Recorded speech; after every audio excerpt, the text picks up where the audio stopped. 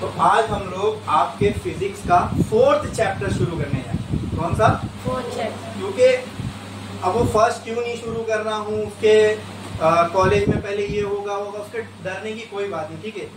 क्योंकि first chapter जो है रोटेशनल डायनामिक्स, उसके लिए ना आप लोगों को कुछ प्री रिक्विजिट नॉलेज होना जरूरी है 11th में, ठीक, 11th की। अब मैं ये समझता हूँ कि आप मुझे कुछ को मालूम होगी, कुछ को नहीं मालूम होगी, कुछ को आधी अधूरी मालूम होगी, कुछ भूल चुके होंगे, ठीक है।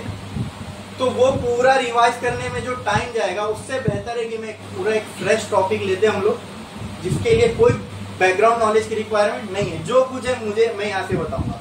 और एक चीज बोलता हूँ कि अगर ये भी चीज एकदम दिमाग में बिठा लो, इसके लिए एकदम सेटिस्फाइड हो जाओ, अगर यहाँ पे कोई ऐसी चीज आती है जिसमें आपको 11th की कोई नॉलेज की जरूरत पड़ रही है, वो भी मैं आपको बताऊं, तो फिर तो वो डर ही खत्म हो गया कि सर मेरी 11th अच्छे से नहीं हुई थी, मैंने ये पढ़ा नहीं था, मेरा ये छूट गया था।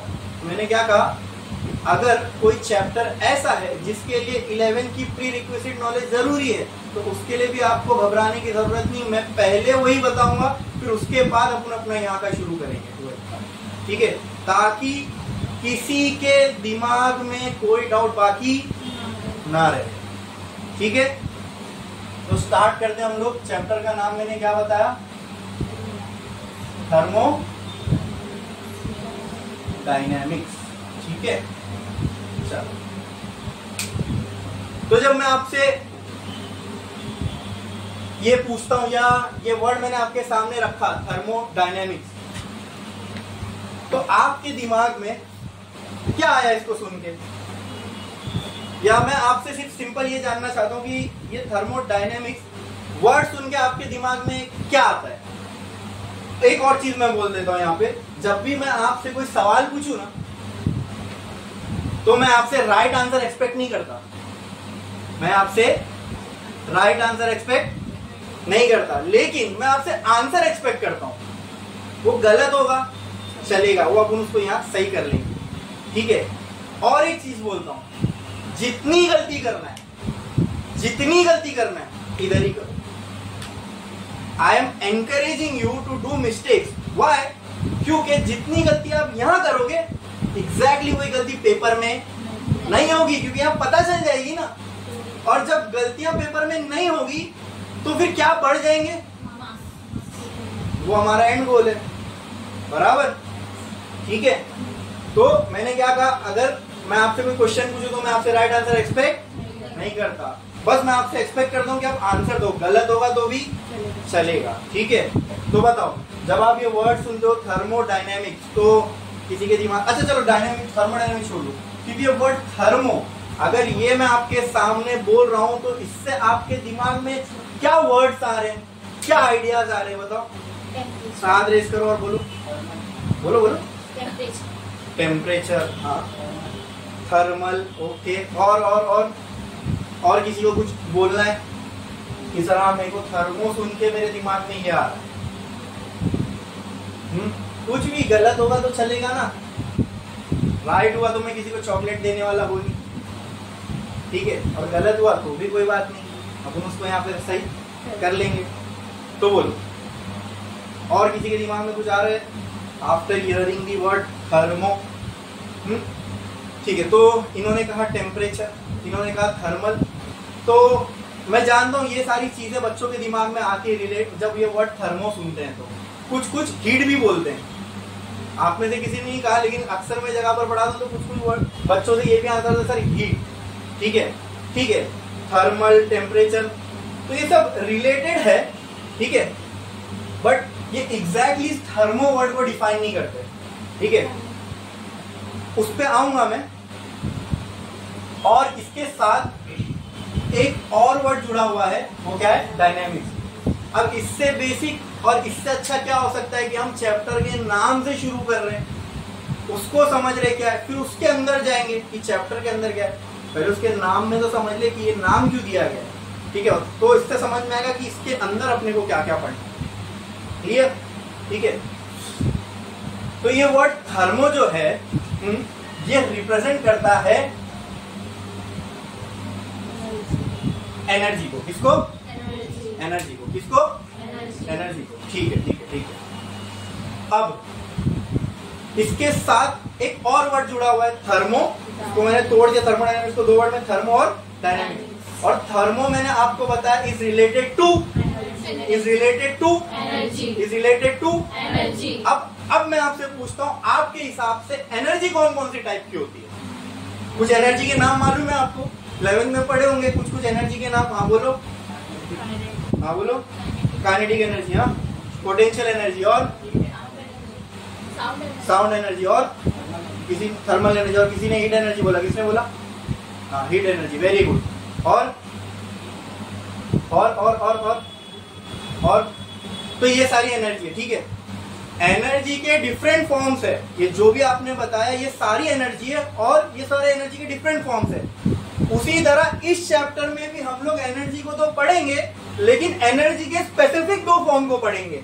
वो कौन कौन से? Energy in terms of heat and work. अब मैं आपसे पूछूं हीट क्या है, तो मुझे बता सकता है हीट क्या है? हाँ, एनर्जी है। हीट को अगर कोई डिफाइन करने बोले, it is a form of energy. जब मैं पूछता हूँ हीट, तो लोगों के दिमाग में आता है गर्मी, हॉटनेस, टेम्परेचर।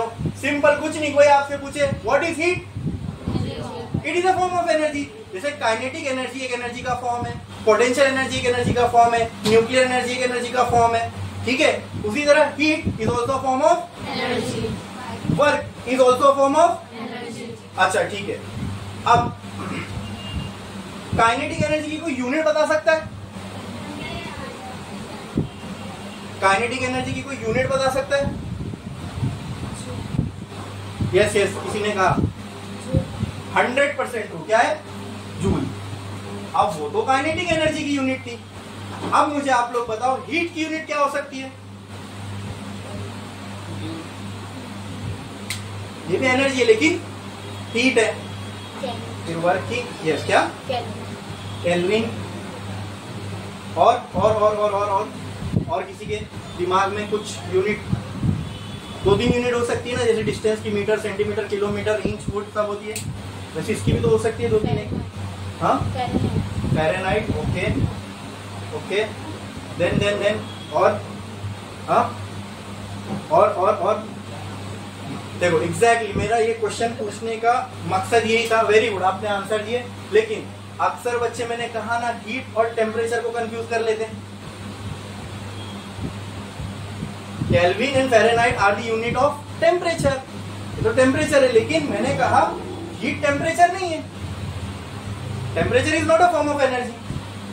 हीट टेम्परेचर नहीं है। हीट क्या है? इट इज अ, अरे तो सिंपल ना भाई, जो एनर्जी की यूनिट है वो हीट की यूनिट है। इतना क्यों सोचना उसमें? इतना ही सिंपल है फिजिक्स। हम लोग उसको अपने दिमाग में कॉम्प्लेक्स कर लेते हैं, वो इस वजह से क्योंकि हम लोग को जो बेसिक चीजें है ना, वो दिमाग में नहीं रहती है। बस अगर वो बेसिक आप लोग का एकदम क्लियर हो जाए ना, माइंड का गैप बढ़ जाता है और सब क्लियर हो जाता है फिर। अब मैं देखो हीट की यूनिट बताना, वर्क क्या आप खुद बताओगे? वर्क की यूनिट क्या होगी? अरे भाई, जितनी दुनिया में एनर्जी हो सबकी यूनिट जूल है। जितनी फिजिकल क्वांटिटी एक चीज को रिप्रेजेंट करती है ना, उन सबकी यूनिट सेम होती है। इसमें कोई डरने का ही नहीं, घबराने का नहीं, आंख बंद करके बोल देने का। अब आपने ये वर्ड भी नहीं सुने होंगे, ये एनर्जी सुनी नहीं होगी, लेकिन मैं आपको उसकी यूनिट पूछूंगा, आप बता दोगे। अब बताओ, न्यूक्लियर एनर्जी की यूनिट क्या होगी? अरे जिसके आगे एनर्जी लगा बस वो है ना एनर्जी, तो बात खत्म। उसकी भी यूनिट क्या होगी? ये ऐसा यूनिट की बात कर रहा हूँ। एनर्जी की बहुत सारी यूनिट है, कैलोरी है, ठीक है, अर्ग है, ठीक है, समझ में आया? हाँ, तो हीट और वर्क ये दोनों भी क्या है? एनर्जी के फॉर्म है। और इस दो स्पेसिफिक टाइप की एनर्जी को हम लोग इस चैप्टर में पढ़ने वाले हैं। आई बात समझ में? अब आपसे मैंने पूछा एनर्जी, तो आपने कई सारी एनर्जी के फॉर्म बताए है ना। उसमें से मैंने क्या बोला? दो को पिक किया, हीट और वर्क। ये दो स्पेसिफिक टाइप की एनर्जी को हमको इस चैप्टर में पढ़ना है। क्लियर है? समझ में आया? पक्का? इसमें किसी को कोई डाउट? यहाँ तक सबको अच्छे से समझा? What do you mean by thermo energy? तो हाँ सर, एनर्जी तो समझ जाएगा। तो फिर इस चैप्टर में कौन सी एनर्जी की बात होने वाली है? दो टाइप की एनर्जी की। कौन कौन सी? और दोनों की ऐसा यूनिट हमको पता है। जो एनर्जी की यूनिट है वो सारी बोलो अब, बोलो काइनेटिक एनर्जी की यूनिट, पोटेंशियल की, खत्म। कहीं पे टोटल, कहीं पे आपको पूछा व्हाट इज टोटल एनर्जी, तो उसकी energy, mechanical energy, sound energy, बस एनर्जी की जो यूनिट है वो सारी एनर्जी की होगी। आई बात समझ में? क्लियर है? ठीक है। अब बचता है पार्ट डायनामिक्स। ये क्या है? तो देखो, फिजिक्स को हम लोग यहाँ अलग अलग कैटेगरी में डिवाइड कर सकते हैं। जैसे एक क्लासिकल फिजिक्स होती है, जो जिसको हम न्यूटोनियन फिजिक्स भी बोलते हैं, ठीक है, पुरानी टाइप की फिजिक्स, जिसमें आप वो एक्सेलरेशन, वेलोसिटी, ये सब पढ़ते, एक्सपेरिमेंट से सब कुछ देख के करके हम उस फिजिक्स को डिराइव करते हैं, हाँ, क्लासिकल फिजिक्स। दूसरा मॉडर्न फिजिक्स। अब एक नई टाइप की फिजिक्स ऊपर क्या है, जिसको हम क्वांटम फिजिक्स भी बोलते हैं। सब एकदम बेसिक, एकदम छोटे लेवल पे, इलेक्ट्रॉन और एटॉमिक लेवल पे वो चीज़ें काम करती है। आपने वो पता नहीं सुने होंगे, न्यूज़ में सुने होंगे, ये बहुत अभी ट्रेंडिंग है। गूगल, माइक्रोसॉफ्ट, ये सब अपनी अपनी क्वांटम चिप के ऊपर काम कर रहे हैं, ठीक है।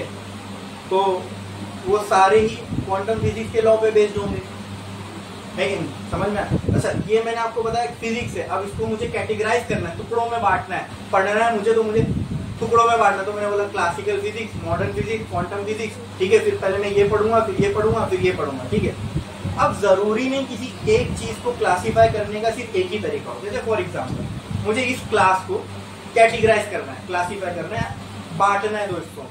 जैसे मैंने फिजिक्स को 3 हिस्सों में बांटा ना, है फिजिक्स ही, लेकिन मैंने टुकड़ों में बांट दिया ताकि मेरे को पढ़ने के लिए आसानी हो। आई बात समझ में? उसी तरह अगर मान लो मुझे इस क्लास को 2 हिस्सों में बांटना है, तो मैं क्या कैसे कर सकता हूँ? बॉयज, गर्ल्स, है ना? या तो ये बोल सकता हूँ students scored below 17 10th standard and above 17 10th standard, तो भी ये क्लास 2 हिस्सों में पढ़ जाएगी, बराबर? क्लियर? ठीक है। तो ऐसी जैसी एक चीजों को कैटेगराइज करने के लिए कई सारे क्राइटेरिया हो सकते हैं, वैसे यहाँ पर भी हम लोग फिजिक्स के अंदर एक और क्राइटेरिया यूज कर सकते हैं फिजिक्स की स्टडी को क्लासीफाई करने का। वो है study of object at rest and study of object in motion. तो मान लो अगर कोई चीज रेस्ट पे है, ठीक है, कोई चीज रेस्ट पे है और उसको हम स्टडी कर रहे हैं कि इस पे कितना फोर्स एक्ट हो रहा है, इसकी क्या वेलोसिटी है, इसका क्या एक्सेलरेशन है, इस पे दुनिया के कौन कौन से फोर्स इसके ऊपर काम कर रहे हैं, लेकिन वो कहां पे? रेस्ट पे। तो जब हम किसी बॉडी को, किसी ऑब्जेक्ट को रेस्ट पे स्टडी करते हैं, that falls under the category of statics. Statics किसमें फॉल करता है वो? तो जब कोई चीज को मोशन में स्टडी करेंगे तो वो किसमें आएगा? क्या किसमें आएगा? किसमें आएगा? किसमें? किसमें? किसमें? तो अब मान लो दुनिया के अंदर बहुत सारी चीजें, कुछ रेस्ट पे होंगी, कुछ मोशन में होंगी। तो जिन चीजों को मैं रेस्ट पे स्टडी करूंगा उनको हम किस कैटेगरी में डाल देंगे? स्टैटिक में। जिनको मैं मोशन में स्टडी करूंगा उनको हम किस में डाल देंगे? जैसा मैं इसका आपको सिंपल एग्जांपल देता हूँ, ठीक है। Electro means charge, electro means charge और स्टैटिक आगे लगा दो, तो ऐसी आपने 11th में चैप्टर पढ़े होंगे, इलेक्ट्रोस्टैटिक मतलब study of charge at rest. Static का मतलब क्या? अब बस इस चार्ज को मूव करवा दो, इस चार्ज को मूव करवा दो, वो बन जाता है करंट। तो करंट इलेक्ट्रिसिटी स्टैटिक्स में नहीं आएगा, it falls under electrodynamics. Current flow हो रहा है तो मैग्नेटिक फील्ड प्रोड्यूस होगी, तो electromagnetic induction, magnetic effect of electric current, ये सारे किसमें आ जाएंगे? इलेक्ट्रोडायनेमिक्स में। ये सारे चैप्टर है अपने को, पढ़ेंगे अपन आगे, ठीक है। बट यहां पर बेसिक ये समझाना था कि रेस्ट की स्टडी को क्या बोलते हैं और जब चीजें मोशन में आ जाती तो उसको क्या बोलते हैं, ठीक है, ठीक है। तो जब हम किसी चीज को रेस्ट पे स्टडी करते हैं, that falls under the category of statics. अब कोई चीज मूव करने लगी, जैसे एग्जांपल अब ये बिल्डिंग के नीचे कोई कार खड़ी है रेस्ट पे, अब मैं चेक कर रहा हूँ उसका वेट कितना है, उस पर ग्रेविटेशनल फोर्स कितना लग रहा है, जो सारी चीजें, एयर रेजिस्टेंस के ऊपर क्या लग रहा है। तो मतलब मैं ये स्टडी, मेरी जो ये स्टडी है, अगर मैं 2 हेडिंग लगा दूं स्टैटिक्स और डायनामिक्स, तो किसके अंदर फॉल होगी? स्टैटिक के अंदर। अब वो कार मूव करने लग गई तो उसके ऊपर एयर रेजिस्टेंस आ जाएगा, उसके वेट में कुछ और फ्लक्चुएशन आएंगे, फिर वेलोसिटी कुछ होगी, कुछ एक्सेलरेशन होगा, बराबर। अब ये स्टडी को हम लोग किस कैटेगरी के अंदर डालेंगे? डायनेमिक्स। तो study of objects at rest इसमें आता है स्टैटिक में, और वही जब चीजें मोशन में आ जाती है तो हम लोग उसको किसके अंदर स्टडी करते हैं? ओहो, तो क्या बात है, यहाँ पे क्या लिखा हुआ है? क्या लिखा हुआ है? मतलब यहाँ क्या होने वाला है? क्या होने वाला है? क्या होने वाला है? अब बात आती है किसका? अरे क्या बात है, एक्सपर्ट हो गया तुम लोग तो। ठीक है, वेरी गुड। हाँ, जो उसके पहले लगा हुआ है उसी के मोशन की बात हो रही है। थर्मोडायनेमिक्स मतलब एनर्जी के मोशन के बारे में पढ़ने वाले हैं। क्या बात है, क्या बात है, एकदम क्लियर दिमाग में बैठ रहा है, समझ में आ रहा है। ठीक है, अब मैं आपसे एक और सवाल पूछता हूँ। जब कोई चीज मोशन में होती है, जब कोई चीज मोशन में होती है तो क्या वो एक जगह से दूसरी जगह जाएगी? हाँ, तो क्या मैं बोल सकता हूँ उसका ट्रांसफर होगा? अगर मैंने मोशन किया, लेट से मैं इधर था, गाड़ी में बैठा, पुणे पहुंचा, ठीक है, तो कहना है ऐसे, I got transferred from Mumbai to Pune. समझ में आ रहा है? पक्का पक्का। तो पहले हमने देखा स्टैटिक क्या होता है, डायनामिक क्या होता है, फिर डायनामिक किसका पढ़ना है, फिर आप अब देख रहे कि, किसका पढ़ना, आप कैसे होगा उस पे जाने वाले। ठीक है, तो यहाँ पे मोशन होगा, ये अपने को क्लियर हो गया, किसका होगा वो भी क्लियर होगा। अब देखेंगे कैसे होगा और कहाँ होगा। तो फिर से आते हैं मोशन पे। अगर आप इस बात पे एग्री करते हो कि अगर किसी चीज का मोशन हो रहा है तो वो एक जगह से दूसरी जगह ट्रांसफर होगी, बराबर, क्लियर है। तो मैं बोल सकता हूँ उसका मोशन हुआ, तो मैं बोल सकता हूँ उसका मोशन। तो मोशन होने के लिए उस चीज का एक जगह से हटना जरूरी है और दूसरी जगह पर होना जरूरी है, तभी मैं बोल सकता हूँ इसका मोशन हुआ। अगर कोई चीज यहाँ से मूव हुई और वापस वहीं चली गई तो क्या मैं इसको मोशन बोलूंगा? नहीं, तो वहां पे वर्क डन भी जीरो आएगा, देखेंगे वो। ठीक है, वर्क का फॉर्मूला होता है फोर्स इनटू डिस्प्लेसमेंट। जब डिस्प्लेसमेंट कुछ भी नहीं हुआ तो वर्क डन जीरो होता है। ठीक है, तो अगर किसी चीज का मोशन हो रहा है तो जाहिर सी बात है वो एक जगह से हटेगी और दूसरी जगह जाएगी, पॉइंट ए से गायब होगी, पॉइंट बी पे मिलेगी, बराबर। ठीक है, क्लियर है? ठीक है। और दोस्तों यहाँ पर किसका मोशन होने वाला है? एनर्जी। किसका? एनर्जी। Very good. किसका? एनर्जी। किसका? एनर्जी। तो यहाँ पे हम किसके मोशन के बारे में स्टडी करने वाले हैं? एनर्जी। तो भाई एनर्जी को भी तो कहीं से निकलना पड़ेगा और कहीं पे समझ में आया? यहीं से अपना थर्मोडायनेमिक का पहला टॉपिक आता है। ठीक है, क्या कहा मैंने? फिर से अगर एनर्जी का मोशन होना है तो एनर्जी को कहीं से निकलना पड़ेगा, कहीं पे कहीं से कहीं पे, बराबर। अब कहां से निकलेगी, कहां जाएगी, कोई बता सकता है? तो मैं बताता हूं ना। तो एनर्जी कहां से निकलेगी और कहां जाएगी उसके लिए थर्मोडायनेमिक्स में कुछ चीजें डिफाइन है। अब हम लोग प्रॉपर चैप्टर के अंदर एंटर होने जा रहे हैं।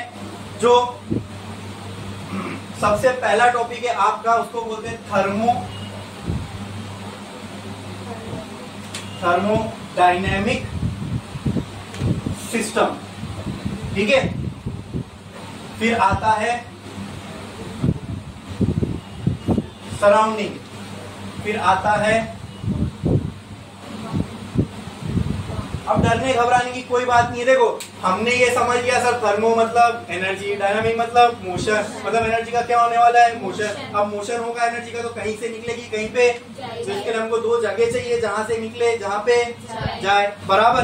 ठीक है, तो उसके लिए हमने डिफाइन किया सिस्टम, सराउंडिंग एंड बाउंड्री। तो एनर्जी के साथ क्या होगा, हम एकदम ऐसी वेगली बताता हूँ। एनर्जी जो है सिस्टम से निकलेगी और सराउंडिंग में वो एनर्जी का ट्रांसफर, ठीक है। तो यहाँ पर हम लोग एनर्जी का मोशन की बजाय हम लोग उसको ऐसा एड्रेस करते हैं कि एनर्जी का क्या हुआ? ट्रांसफर हुआ क्या? नहीं, एनर्जी एक जगह से निकली और एक जगह गई। या हो सकता है एनर्जी सराउंडिंग से कहां पे आए? सिस्टम में। सिस्टम से या तो कहां जा सकती है? जब उसको डिफाइन करूंगा तो और क्लियर हो जाएगा, लेकिन अब एकदम वेगली बता रहा हूं। अपने को दो जगह चाहिए थी ना, कि एक जगह से भाई एनर्जी और एक जगह जाए, मिल गई, दे दिया मैंने को एक सिस्टम एक। अब खेलते रहो, या तो सिस्टम से सराउंडिंग में एनर्जी को डालो तो भी एनर्जी का ट्रांसफर हो गया, या तो सराउंडिंग के सिस्टम में एनर्जी को लो तो भी एनर्जी का ट्रांसफर हो गया। हुआ ना, यही थर्मोडायनेमिक्स, बस यही पढ़ना है इस चैप्टर में। हाँ बस, और कौन सी तो एनर्जी को स्पेसिफिकली पढ़ना है, मतलब कौन सी एनर्जी के ट्रांसफर के बारे में हम पढ़ेंगे। यानी अगर मैं आपसे बोलूं कौन सी एनर्जी सिस्टम से सराउंडिंग ट्रांसफर होगी और सराउंडिंग से सिस्टम ट्रांसफर होगी, बस बस बस बस यही, और कुछ नहीं। किस तरह हीट सिस्टम से सराउंडिंग में ट्रांसफर होती है, किस तरह वर्क सराउंडिंग से सिस्टम या सिस्टम से सराउंडिंग में आता है, ये देखना हमको, ठीक है। उसके साइन कन्वेंशंस क्या होते हैं, वो सारी चीजें देखना। क्लियर क्लियर, अब तक क्लियर है? इसमें किसी को कुछ भी डाउट है? यहाँ तक सबको अच्छे से समझ में आया? पक्का? कुछ भी डाउट है जो मैंने यहाँ तक बताया तो पूछो। एकदम क्लियर है? डरते सब लोग ये सब टॉपिक से, थर्मोडायनेमिक्स, इलेक्ट्रोस्टैटिक्स, लेकिन एकदम बेसिक से चलेंगे और समझ के चलेंगे तो कुछ डिफिकल्ट है क्या? अब तक कुछ ऐसा डिफिकल्ट लगा जो इसमें ना समझ में आने वाली चीज हो? हाँ क्लियर, समझ में आया? पक्का? ठीक है। तो एनर्जी का ट्रांसफर होगा, कहाँ होगा? जगह भी मिल गई सिस्टम सराउंडिंग। अब आओ सिस्टम को समझते हैं क्या, ठीक है? ठीक है, बुक्स निकालो, पेन निकालो, हेडिंग स्टार डालो, ऊपर हेडिंग लिखो थर्मोडायनेमिक्स, फिर एक लाइन छोड़ो, छोटी हेडिंग डालो थर्मोडायनेमिक सिस्टम, लिखो जल्दी। और देखो एक चीज बोलता हूँ, ये जो नोट्स मैं देता हूँ ना, ये सिर्फ मेरे से ही मिलेगी तुमको, ये कहीं नहीं मिलने वाली जो मैं बोल रहा हूँ, ठीक है? मेरे हाथ में कुछ है नहीं ना, तो जो मैं बोल रहा हूँ ना, ये तुम्हारे लिए बेस्ट नोट्स है। ये जो मैं समझा रहा हूँ और जो आप समझ रहे हो, ये उसी को लिख रहे हो आप, एकदम इजी लैंग्वेज में।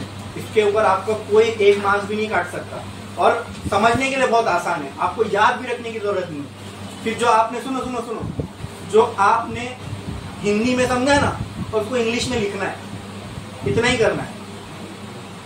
आई बात समझ में? और मैं वो सब नहीं करता कि मैं तुम्हारी नोट्स चेक करूंगा, लिखे के नहीं लिखे, फिर डांटूंगा। मत लिखो, नहीं लिखना है, मेरे को कोई फर्क नहीं पड़ता। क्यों? इससे फायदा नुकसान किसका है? You are grown up enough to understand this for yourself, कि मेरे को अभी आपको केजी के बच्चे के जैसा चेक नहीं करना पड़े कि आपने लिखे कि नहीं लिखे। आप खुद ये समझो, अगर हम यहाँ आ रहे हो, अपना टाइम इन्वेस्ट कर रहे हो, तो आपको यहाँ से कुछ लेके जाना है, ठीक है? और ये आपको और कहीं पे नहीं मिलेगा। जो यहाँ मैं पढ़ा रहा हूँ और जो अभी पढ़ा रहा हूँ, इतना डिटेल में दोबारा भी नहीं हो सकता, क्योंकि अपने पास टाइम भी नहीं रहेगा, बराबर? ठीक है, तो नोट्स अपनी प्रॉपर मेंटेन करो। जो मेंटेन करेगा वो उसका फायदा देखेगा, जो नहीं करेगा वो उसका नुकसान खुद देखेगा, ठीक है? ठीक है, लिखा आपने, हेडिंग डाल दिया थर्मोडायनेमिक्स, ठीक है? अगर आपको अपने समझने के लिए ये सारी चीजें जो मैं बोर्ड पे लिखता हूँ लिखना है, आप वो भी लिख सकते हो, ठीक है? और नीचे मैंने जो हेडिंग डालने बोला था वो लिखे, एक लाइन छोड़ो, स्टार डाल, लिखो थर्मोडायनेमिक सिस्टम। अब मैं उसको डिफाइन करने जा रहा हूँ, मैं आपको उसका डेफिनेशन देने जा रहा हूँ, ठीक है? फिर उसको समझाऊंगा, समझाऊंगा ना, फिर देखना एकदम इजीली समझ में आ जाएगा। अभी पहले अपन उसका डेफिनेशन लिखे, थर्मोडायनेमिक सिस्टम है क्या। लिखो, an imaginary region in space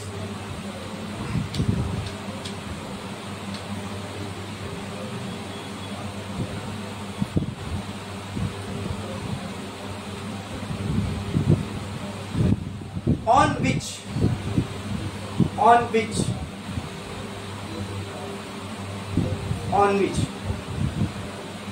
attention is given, on which attention is given, on which attention is given for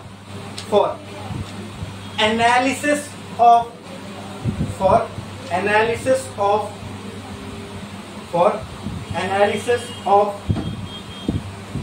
thermodynamic problem, for analysis of thermodynamic problem, for analysis of thermodynamic problem, an imaginary region in space on which attention is given for analysis of thermodynamic problem is called as thermodynamic system. Is called as thermodynamic system. Is called as thermodynamic system. काम करो, imaginary cut कर दो, a region in space, a region in space, ऐसे drive करना, imaginary cut करो, ठीक है, a region in space, ठीक है। अब थर्मोडायनेमिक सिस्टम क्या होता है ये समझ लो, ठीक है। कोई भी रीजन, ठीक है, आप लोग स्पेस के अंदर, जैसे कि एग्जांपल ये एक स्पेस है ना, अब इतना सा टुकड़ा मैंने इस स्पेस से निकाल लिया, क्या किया, ये मिल गया एक रीजन। अब इसको हम क्या देंगे, अटेंशन, मतलब इसको क्या करेंगे, observe, for what, for what, for analysis, analysis of thermodynamic problem. अभी थर्मोडायनेमिक एनालिसिस होता क्या किसी चीज का, उस स्पेस का प्रेशर, टेम्परेचर, वॉल्यूम, ये सारी चीजें क्या है, फिर एनर्जी कौन सी ट्रांसफर हो रही है, नहीं हो रही है, कहां से कहां हो रही है, ये सारी चीजें किसी स्पेस का देखना, इसको ही हम बोलते हैं थर्मोडायनेमिक एनालिसिस। क्या बोलते हैं, थर्मोडायनेमिक एनालिसिस। जिस चीज पर आप ये थर्मोडायनेमिक एनालिसिस करोगे, दैट बिकम्स, बोलो जोर से बोलो, यस, थोड़ा जोर से बोलो, क्या, थर्मोडायनेमिक सिस्टम। खत्म ना भाई, जिसको हम ऑब्जर्व कर रहे हैं थर्मोडायनेमिक एनालिसिस करने के लिए, उसी को बोलते हैं थर्मोडायनेमिक। तो हम ऐसा क्या क्या देखते हैं, तो एकदम अभी वेगली, इसको आगे मैं डिटेल में बताऊंगा, एकदम वेगली समझ लो। एग्जांपल, किसी कोई एक सिस्टम है, उसका मैं प्रेशर, टेम्परेचर और वॉल्यूम मेजर कर रहा हूँ, मतलब मैं उसका थर्मोडायनेमिक एनालिसिस कर रहा हूँ। क्या कर रहा हूँ, एग्जांपल, ये एक रूम है, ठीक है, ठीक है। अच्छा, इसको समझने से पहले अपन सराउंडिंग और बाउंड्री भी समझ लेते तो और क्लियर होगा, ठीक है। फिर से सिस्टम के बारे में एक और बार छोटा सा रिकैप कर लेते हैं। हाँ, सिस्टम को मुझे डिफाइन करना है, मुझे क्या डिफाइन करना है, सिस्टम।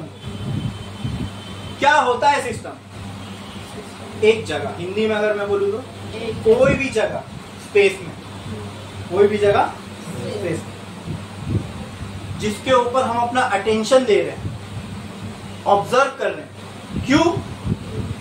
क्यों, थर्मोडायनेमिक एनालिसिस के लिए। ये थर्मोडायनेमिक एनालिसिस क्या होता है, उस स्पेस का प्रेशर, टेम्परेचर, वॉल्यूम, ये सारी हीट मेजर करना, देखना, इसी को बोलते हैं थर्मोडायनेमिक एनालिसिस, ठीक है। तो कोई एक स्पेस है, उसके अंदर मैं ये सारी चीजें मेजर कर रहा हूं, तो वो स्पेस मेरे लिए क्या हो जाएगा, थर्मोडायनेमिक स्पेस ऑन विच, क्या लिखा हमने, ध्यान दो, ठीक है, a space on which attention is for analysis of, is called,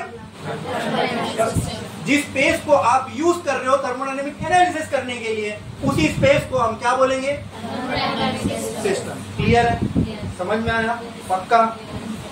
अब ये सिस्टम को सिस्टम बोलेंगे कब, यार सिस्टम को डिफाइन कैसे कर सकते हैं, तो उसके लिए पहले सिस्टम को दुनिया से अलग करना पड़ेगा ना, हाँ करना पड़ेगा ना।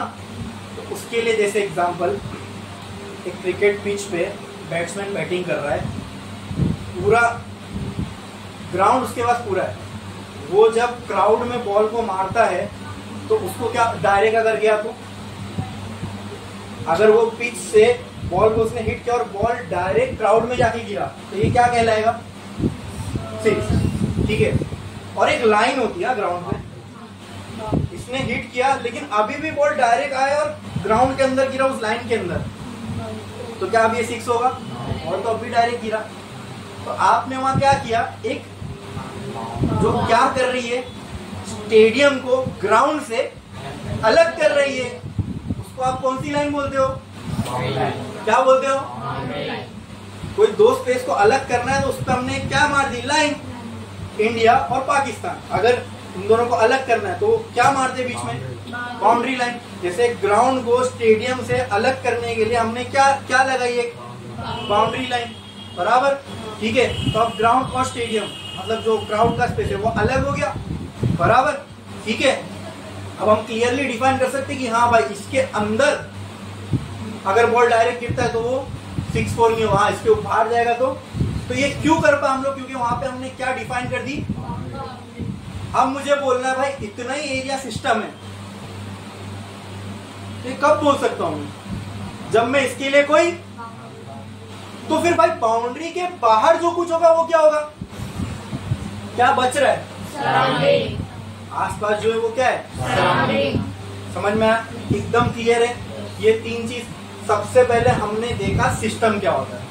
सिंपल है सिस्टम, जिस भी जगह को आप थर्मोडायनेमिक एनालिसिस करने के लिए यूज करोगे दैट बिकम्स योर सिस्टम। ठीक है, ठीक है।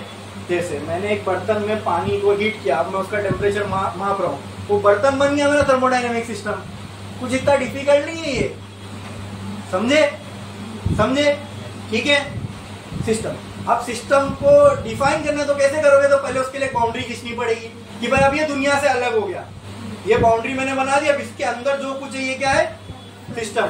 तो अब जो बाहर जो बचा वो क्या होगा, सराउंडिंग। क्या होगा, सराउंडिंग। समझ में आया, क्लियर है, पक्का। अच्छा, तो सिस्टम को सराउंडिंग से और सराउंडिंग को सिस्टम से कौन अलग करता है, बाउंड्री। इसको हम सिस्टम बाउंड्री भी बोलते हैं। क्या बोलते हैं, क्योंकि ये सिस्टम को किससे अलग करता है, सराउंडिंग से। आई बात समझ में। अरे भाई 2 जगह चाहिए थी ना, अब डिफाइन हो गई ना जगह, सिस्टम मिल गया, इसको बाउंड्री बना दिए, उसके बाद जो कुछ है वो सराउंडिंग, बाउंड्री के जो कुछ अंदर है वो। अब अगर इस बाउंड्री के उस पार कुछ गया मतलब ट्रांसफर हुआ, तो इस बाउंड्री के बाहर से कुछ अंदर आया तो देखो अब हमने डिफाइन भी कर लिया, सिस्टम क्या होता है, सराउंडिंग क्या होता है, बाउंड्री क्या होता है। क्लियर है, क्लियर है। तो अब लिख भी लेते हैं। लिखो सिस्टम बाउंड्री, स्टार डालो और लिखो system boundary.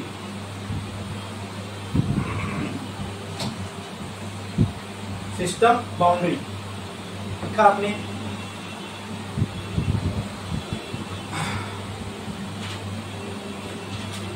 It separates, 2 dot डालो, लिखो उसका definition. It separates system from the surrounding. Simple. एक लाइन जोड़ो, स्टार डालो, क्या बचा, सराउंडिंग। मैं आपसे पूछता हूं सराउंडिंग क्या है, बोलो सराउंडिंग क्या है, अपने हिसाब से जो अब तक आप समझो बस उसी के हिसाब से बोलो। क्या है, क्या लगता है आपको, खत्म, बस हो गया, यही लिखना है जो हमने समझा उसी को इंग्लिश में लिखना है। सराउंडिंग क्या है, the region outside system boundary is called as, लिख लो सराउंडिंग लिखो, फिर 2 डॉट डालो, उसका डेफिनेशन लिखो। द रीजन दैट लाइज, ऐसा थोड़ा बड़ा करने के लिए मार्क्स मिल जाते ना, जगह बढ़ जाएगी। The region that lies outside system boundary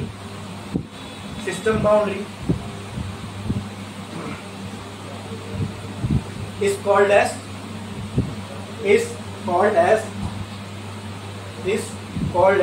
surrounding। अब जब आप ये सिस्टम को, बाउंड्री को, सराउंडिंग को सबको एक साथ मिला दोगे ना, इसको हम बोलते हैं यूनिवर्स। क्या बोलते हैं, यूनिवर्स। तो लिखो एक लाइन नीचे स्टार डालो, एक लाइन छोड़ो, स्टार डालो, लिखो यूनिवर्स।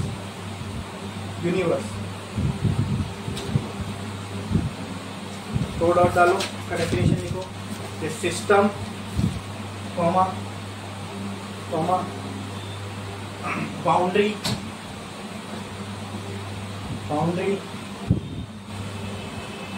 Comma surrounding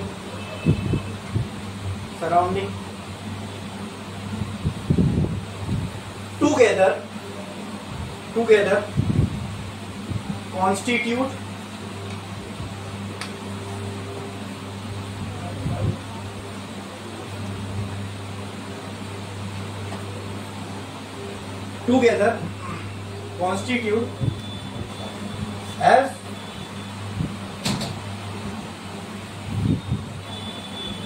universe। लिखा आपने? अब एकदम क्लियर है थर्मोडायनेमिक सिस्टम क्या होता है, सराउंडिंग क्या होता है, और सिस्टम सराउंडिंग को कौन अलग करता है। अब वो दो जगह एकदम क्लियरली डिफाइन हो गई जहां से एनर्जी का ट्रांसफर होगा, एनर्जी का मोशन करवाना था, एनर्जी को ट्रांसफर करवाना था, दो जगह चाहिए थी, दोनों जगह का नाम पता चल गया, अब उसको डिफाइन भी कर लिए। क्लियर है, समझ में आया? इसमें किसी को कोई डाउट है? यहां तक समझा? पक्का? अब हम सिस्टम के टाइप देखने वाले क्या क्या है। ठीक है, थर्मोडायनेमिक सिस्टम तो हमने समझा क्या होता है, इस पे भी आप ऑब्जर्वेशन करोगे, अटेंशन दोगे अपना for analysis of thermodynamic problem, वो क्या अपना थर्मोडायनेमिक सिस्टम। चलो एग्जांपल भी देता हूं मैं आपको। हाँ, अगर इस रूम का मुझे टेम्परेचर मेजर करना है, कब? जब यहाँ पे 20 लोग बैठे हो, और इस रूम का मुझे टेम्परेचर मेजर करना है तब जब ये रूम पूरा खाली हो, तो क्या लगता है मैं ये क्यों कर रहा रहूंगा? पहले तो ये पूछता हूँ मैं आपको, क्या लगता है ये मैं क्यों कर रहा रहूंगा? हाँ, ठीक है, और वो चेंजेस से मैं क्या डिसीजन ले सकता हूँ? जैसे मान लो रूम पूरा खाली है, मैंने यहाँ पे डिटेक्ट किया इतना इतना टेम्परेचर है, ठीक है, हाँ, लेट्स से 24 डिग्री सेल्सियस या 23 डिग्री सेल्सियस या 27 डिग्री सेल्सियस, ठीक है। फिर जब यहाँ पे 10 लोग बैठ गए, फिर मैंने चेक किया यहाँ पे टेम्परेचर इतना हो रहा है। या जब गर्मी है तब मैंने देखा इस रूम में टेम्परेचर कितना, और जब ठंडी है जब मैंने देखा यहाँ पे रूम में टेम्परेचर कितना। तो क्या लगता है आपको मैं ये क्यों मेजर कर रहा हूँ? इसका कुछ एक रीजन बता सकते हो?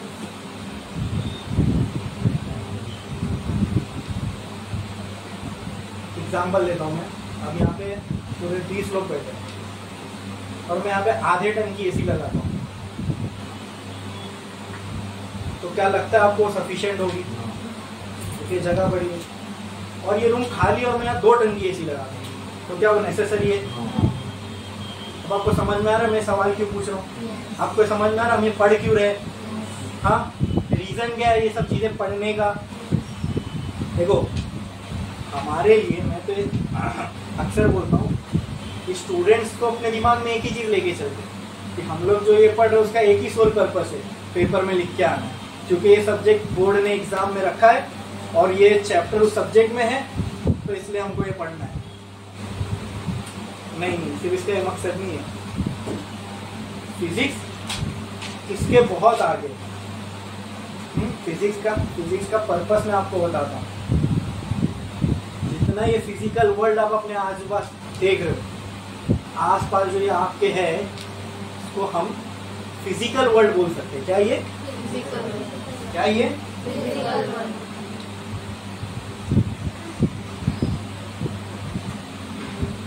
इस एग्जांपल देता हूं मैं आपको। ये एक ऑर्गेनाइजेशन है, इंपीरियल ट्यूटोरियल्स एक ऑर्गेनाइजेशन,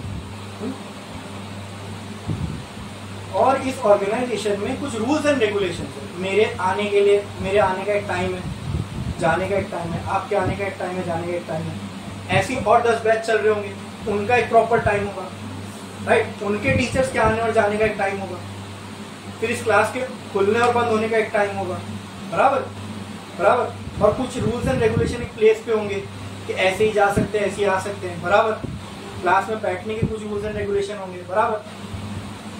तो आप सोचो, ये एक ऑर्गेनाइजेशन, ठीक है, बिना रूल्स एंड रेगुलेशन के ऑपरेट कर सकती है क्या? मतलब मैं कोई रूल रेगुलेशन नहीं है, आपने क्लास में एडमिशन ले लिया, आप आ रहे हो 7 बजे, मैं आ रहा हूँ 5 बजे, मैं जा रहा हूँ 6 बजे, आप आ रहे हो 8, जा रहे हो 8 बजे। फिर कोई भी 10th वाला आके इधर बैठ रहा है, कोई कॉमर्स वाला कहीं भी बैठ रहा है, और यहाँ पे कोई साइंस वाला लेक्चर दे रहा है, और यहाँ 10th के बच्चे बैठे कुछ भी अपना बातचीत कर रहे हैं, मतलब कोई रूल एंड रेगुलेशन नहीं है। तो क्या ये ऑर्गेनाइजेशन स्टैंड कर पाएगी? कोलैप्स हो जाएगी अगले दिन से अपने अपने घर, है ना? तो जब एक ऑर्गेनाइजेशन, एक छोटी सी ऑर्गेनाइजेशन बिना रूल्स एंड रेगुलेशन के स्टैंड नहीं कर सकती, ऑपरेट नहीं कर सकती, तो जो इतनी बड़ी दुनिया है, जैसे आप अपनी आंख खोलो और आपके आसपास जो इतनी बड़ी दुनिया है, एक तो आपको दिख रही है, वो जो आपको दिख नहीं रही है, हमारे अर्थ के अलावा ठीक है, और जो प्लैनेट्स है और जो स्टार्स है और जो गैलेक्सीज है। जब एक छोटी सी ऑर्गेनाइजेशन बिना रूल्स एंड रेगुलेशन के एक दिन ऑपरेट नहीं कर सकती, अपने आप में स्टैंड नहीं कर सकती, तो इतनी बड़ी दुनिया, इतना बड़ा यूनिवर्स कहीं अपने आप चल सकता है? ये भी कोई रूल्स एंड रेगुलेशन को फॉलो कर रहा होगा। हाँ, उसी की खोज में हम लगे हुए हैं, और जब जब हमको वो चीज मालूम पड़ती है तो हम उसको एक हेडिंग के अंडर लगा देते हैं, दैट इज फिजिक्स। ये जो हम स्टडी कर रहे हैं ना, ये जो भी हमारे आसपास हो रहा है, ये क्यों हो रहा है, और जब हमको इसके सवाल मिलते हैं, this study is called as physics, the study of physical world around us. Rainbow का बनना, बारिश का गिरना, पहाड़, ये जो भी आसपास गाड़ी चल रही है, ये एसी काम कर रही है, फैन चल रहा है, ये कोई ना कोई फिजिक्स के लॉ पे काम कर रहा है। हाँ, तो फोन आपके सामने रिकॉर्डिंग कर रहा है, ठीक है, ये पानी जो अंदर गिर रहा है बॉटल में, ठीक है, ये सब किसी ना किसी फिजिक्स के लॉ पे काम कर रहे हैं। हाँ, अभी सेकंड चैप्टर है आप लोग को, मैकेनिकल प्रॉपर्टीज ऑफ फ्लूइड, उस पे आप देखोगे कि जो चीज जो गिरती हुई लेयर आपको दिख रही है, उसमें भी कितनी सारी फिजिक्स काम कर रही होगी। सरफेस टेंशन का कॉन्सेप्ट है, ठीक है। हाँ, जो आपने चश्मा पहने हो, optics, study of light, that also fall under physics, ठीक है। तो जो भी हम अपने आसपास देख रहे हैं ना, द फिजिकल वर्ल्ड अराउंड अस, ये जिन लॉ पे काम करता है, ठीक है, ये सारे लॉ, ये सारी स्टडी इसके अंदर पढ़ते हैं। तो अगर आप देखोगे गौर से, तो ये इसी में से क्या ये वर्ड फिजिक्स निकल के नहीं आया? हाँ, the study of laws of physical world around us is called physics. तो ये जो भी आप पढ़ रहे हो ना, तो इससे होता क्या है, पढ़ के क्या करना क्या है? कुछ नहीं, एग्जाम में रिप्रोड्यूस करके आना है जितने अच्छे से। अपना तो एक ही, अभी 10th तक तो यही होता था ना कि मार्क्स लाने एग्जाम, उससे आपको सोसाइटी जज करेगी, आपके पेरेंट्स, आपके रिलेटिव्स, आपके दोस्त, हर चीज कोई आपको जज करेगा। किस पे? आपके मार्क्स पे, बराबर। तो मार्क्स कैसे आएंगे?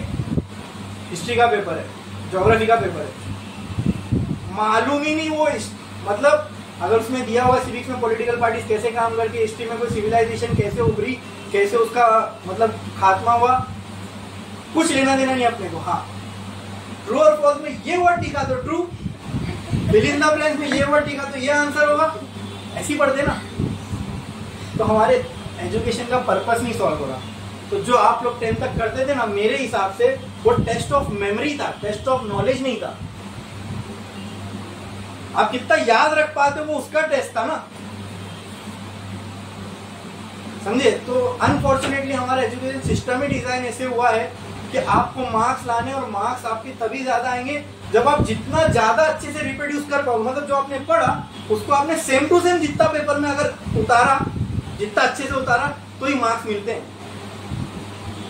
वरना अगर अपन अपना कुछ वही चीज अगर अपन थोड़ी इजी लैंग्वेज में लेंगे तो टीचर लोग ऑफेंड हो जाते हैं, मेरे मेथड से नहीं किया। आई बात समझ में? ठीक है। तो अक्सर जो स्टूडेंट, तो अभी आप लोग आए 10th तक वैसे ही पढ़ते हुए आए, तो अभी भी जो हमारा माइंडसेट होता है वो यही होता है कि ये सब जो पढ़ रहे क्यों पढ़ रहे, क्योंकि कुछ नहीं करना है, बस ये आएगा पेपर, मतलब जान पे आगे पढ़ रहे कि जब पेपर में आएगा तो इसको लिख के आना है ऐसे। हाँ, तो वो तो एक पर्पस है ही है, लेकिन उससे एक बहुत बड़ा पर्पस है ये सब चीज जो आप पढ़ रहे हो आपकी बुक्स में, ठीक है, इन्हीं लॉस पे आपके आसपास जो चीजें ये काम करती है। अभी इसी 11th में भी था आपको एक चैप्टर सेमीकंडक्टर, 12th में भी है, ये फोन के अंदर लगा हुआ है वो सेमीकंडक्टर, ठीक है। आपको पता है उस सेमीकंडक्टर की इन्वेंशन की वजह से क्या हो गया? It is one of the life changing invention of 20th century. अगर मैं आपको बोलूं कोई चीज मैं आपको बिलियन की क्वांटिटी में दूं, कितनी? बिलियन, ठीक है। मिलियन मतलब समझते हो 10 लाख, और बिलियन का मतलब 10 to the power of 9, मतलब 100 करोड़, बहुत होता है, ठीक है। तो 100 करोड़ किसी चीज की क्वांटिटी दूं मैं आपको, और मैं आपको बोलूं ये मेरी जो ये उंगली का इतना हिस्सा है ना, इससे भी कम हिस्से में इसको फिट करो, तो आप कर पाओगे? जो फोन के प्रोसेसर होते हैं ना, इसमें है बिलियंस ऑफ ट्रांजिस्टर, एक फोन की इतनी सी चिप में फिट होते हैं और वो टाइम के साथ और छोटे होते जा रहे हैं। पहले 7 नैनोमीटर के आते थे, अभी 4 नैनोमीटर के आ रहे हैं, आगे चल के और छोटे होंगे। ठीक है, तो ये सब क्यों पॉसिबल हो पाए? Because of study of physics, इन्हीं लॉस की वजह से। आई बात समझ में? ठीक है, ये जो आप देख रहे हो ना, ये एसी काम कर रही है, it is a thermodynamic system. इसी चैप्टर में पढ़ना है अपने को। ये एक थर्मोडायनेमिक सिस्टम है। हाँ, तो मैंने आपसे जो सवाल पूछा था, क्यों एनालिसिस करते हैं भाई? कुछ तो पर्पस है उसका दुनिया में। देखो, जब हम इन चीजों को स्टडी करते हैं और जब हमको इनके पीछे की वजह पता चलती है ना, तो उससे हम लोग कुछ ना कुछ चीजों को बना पाते हैं जो आपकी डे टू डे लाइफ में आसानियां पैदा करती है। ठीक है, जैसे ये एसी है, ये आपको गर्मी में ठंडी दे रही है। कार है, पॉइंट ए से पॉइंट बी पे आपको जल्दी पहुंचा रही है। प्लेन है, शिप है, इंजन है, ये सब कोई ना कोई लॉ पे काम कर रहे हैं। ठीक है, तो ये इन सब चीजों में कहीं ना कहीं आपकी लाइफ में कुछ ना कुछ वैल्यू एडिशन किया है ना, आपकी लाइफ को आसान बनाया। फोन है क्या? नहीं। आई बात समझ में? ठीक है, तो मैंने आपसे शुरू में इस सब बताने से पहले एक सवाल पूछा था ना कि यहाँ का अगर मुझे टेम्परेचर मेजर करना है, क्यों? हो सकता है मुझे यहाँ पे डिसाइड करना हो कितनी टन की एसी लगाना है, इसके लिए मैं एनालिसिस कर रहा हूँ। आई बात समझ में? तो कुछ ना कुछ रीजन होगा जिसकी वजह से हम किसी स्पेस का थर्मोडायनेमिक एनालिसिस करते हैं। तो अगर मैं आपसे पूछूं यहाँ पे सिस्टम बाउंड्री क्या है, तो आप बता सकते हो? हाँ हाँ हाँ हाँ, अरे गलत तो गलत, थोड़ा जोर से बोलो। Walls, exactly. ये वॉल्स, ये रूफ, ये क्या है यहाँ की? तो यहाँ का सराउंडिंग क्या हुआ? बाहर जो, मतलब वो वाली क्लास भी हमारे लिए क्या है? ये बाजू वाला रूम भी हमारे लिए क्या है? ये ऑफिस भी हमारे लिए क्या है? उसके कांच के पीछे हमको अटेंशन सिर्फ किस पे देना है? क्योंकि इस रूम को ठंडा करना है। तो ये हमारे लिए क्या हो गया? Thermodynamic system. अब सोचो, अगर मैं अर्थ को, मुझे अर्थ पे कंसंट्रेट करना है कि अर्थ का टेम्परेचर कितना है, ग्लेशियर मेल्ट होने की वजह से कितना राइज या फॉल हो रहा है, ग्लोबल वार्मिंग या पोल्यूशन की वजह से कितना राइज हो रहा है। अब अर्थ क्या हो जाएगा? सिस्टम। समझे? ये जरूर डिफाइन। अब मैं बोला ना, थर्मोडायनेमिक सिस्टम कोई ऐसा नहीं कि ये रूम ही हो सकता है या ये बॉटल ही हो सकती है, छोटे मोटे नहीं। आप अर्थ को, अर्थ का टेम्परेचर मेजर कर रहे हो, तो अब अर्थ आपके लिए, पूरा अर्थ क्या हो गया? मान लो एटमॉस्फेयर हमारे लिए हो गया बाउंड्री, तो उसके आसपास जो कुछ है वो सराउंड। आई बात समझ में? हाँ, क्लियर है? अब हम लोग क्या देखने वाले हैं? सिस्टम के टाइप। सिस्टम समझ में आया, सराउंडिंग समझ में आया, सिस्टम बाउंड्री समझ में आई। क्लियर है? किसी को इसमें कोई डाउट है? एकदम अच्छे से समझा? कुछ भी डाउट है तो पूछो बिंदास। क्लियर है एकदम? सिस्टम एकदम क्लियर है? क्यों थर्मोडायनेमिक एनालिसिस करते हैं, समझ में आया? हाँ, कोई स्पेस का टेम्परेचर मेंटेन करना होगा, हाँ, कोई स्पेस से हीट निकालनी होगी। ठीक है, ऐसे एग्जांपल, कुकर है। अब उसमें गोश्त को डालो तो जल्दी गल जाता है, नॉर्मल बर्तन में रखो तो नहीं। क्यों? जब उसमें जो वाटर है इवापोरेट होता है ना, तो ऊपर भाप बनती है, नीचे से हीट आ रही है, ऊपर भाप बन रही है, वो भाप एक्सकेप नहीं हो पा रही है, तो ऊपर से क्या बनाएगी? हीट तो आई, प्रेशर भी बनाएगी ना। हाँ, अभी एग्जांपल ले लो, इस रूम की 4 गुना बड़ी मैंने जगह ले लिया, मतलब मेरे पास बड़ी वॉल्यूम है, स्पेस वॉल्यूम बड़ी है, और मैंने आपको इतने लोग को रूम में बिखेर दिया, कंफर्टेबल रहोगे? हाँ। अब मैंने क्या किया, इस रूम की 4 गुना छोटी जगह लिया और सबको उसमें ठूस दिया।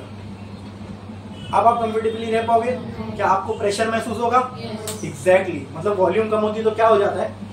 प्रेशर बढ़ जाता है। क्या बात है, क्या बात है? वॉल्यूम कम होती है तो वॉल्यूम कम होती है तो कुकर में हमने फेवर में इस्तेमाल कर लिया इस चीज को, हमने कुकर में इसी चीज को अपने फेवर में इस्तेमाल कर लिया। जो चीज जल्दी नहीं गल रही थी, अब उसको टाइट स्पेस कर दो। कोई भी गैस हो, कोई भी पानी भाप बना, उसको एक्सपांड होना है, वेपर बन गया ना, अब उसको एक्सपांड होना है, उसको खुली जगह में छोड़ दो, फैलते जाएगा, मतलब एक टाइम में तुमको दिखेगा भी नहीं कहां फैल रहा है। तो गैस कोई भी, उसको क्या होना है? एक्सपांड। क्या होना है? पानी था अंदर, पानी भी डालते ना साथ में, उसको वो क्या बना? वेपर। कोई भी वेपर, उसको क्या होना है? लेकिन आपने क्या कर दिया, ऊपर से ढक्कन लगा दिया, वो गैस को आप एस्केप नहीं होने दे रहे हो, मतलब वो अंदर ही अंदर जमा होती जा रही है, जमा होती, उसको क्या होना है नहीं, लेकिन आप ठूसे जा रहे हो, ठूसे जा रहे हो, ठूसे जा रहे हो, उसको क्या होना है, फिर ठूसे जा रहे हो, ठूसे जा रहे हो, इवेपोरेट होते जा रहा है और मॉलिक्यूल अंदर ही अंदर जमा होते जा रहे, जमा होते जा रहे, तो क्या होगा, तो जरूरी है ना, नहीं तो कुकर फट जाएगा। वो वेट इतना ही होता है कि कुकर का जो हैंडल करने का प्रेशर है ना, वो वेट एग्जैक्टली उतना ही लगाते, उतने न्यूटन का लगाते कि कुकर की जो फटने की कैपेसिटी उससे पहले सीटी ऊपर हो जाए। आई बात समझ में? हाँ, फॉर इट्स सेफ ऑपरेशन। नहीं लगाएंगे तो क्या होगा, आप एमसील लगा दो ऊपर, वो सीटी हटा, एमसील लगा दो, गर्म करते रहो, 100% देखना, वीडियो बनाओ उसका, फटेगा ही फटेगा, वरना कुकर फिर क्या है, बॉम्ब है घर में, है ना। एक्सपेरिमेंट कर सकते हो आप फिजिक्स का, ऑन योर ओन रिस्क, ठीक है। तो वो भी क्या है, वो स्टील की वॉल्स कुकर की इज अ बाउंड्री, अंदर जो कुछ है वो क्या है, सिस्टम, अंदर हीट जा रही है, टेम्परेचर बढ़ रहा है, प्रेशर बढ़ रहा है, वॉल्यूम कांस्टेंट है। अरे भाई एक ही जगह पे, जैसे एग्जांपल ये उठती सी जो मैंने बताया, आप तो देख और 10 लोग को ठूस दिया मैंने, तो क्या होगा, और प्रेशर बढ़ेगा और गर्म होने लगेगा। एग्जैक्टली वही चीज कुकर में होती है। It is also thermodynamic system. कितना आसान है ना समझना ये सारी चीजों को। हाँ, लेकिन हम उस पर्सपेक्टिव से देखें तो समझ में आएगा, या कोई हमको अभी तक वैसा समझाया ही नहीं। क्लियर है, समझ में आया? ठीक है। तो ये सारी थर्मोडायनेमिक कॉन्सेप्ट पढ़े तो हमने ऐसे ऐसे डिवाइसेस बनाए जिसने हमारे लिए चीजों को आसान कर दिया। जो चीज 5 मिनट 10 मिनट लग रही थी, अब वो 2-3 मिनट में हो रही है।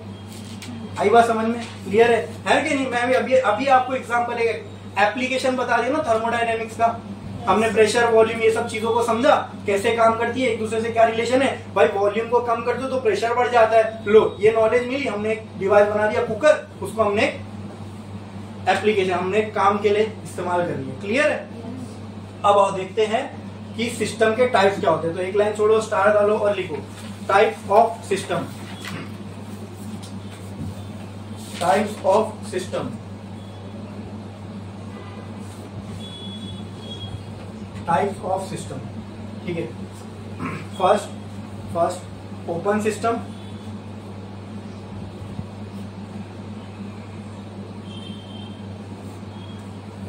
Second close system, close system,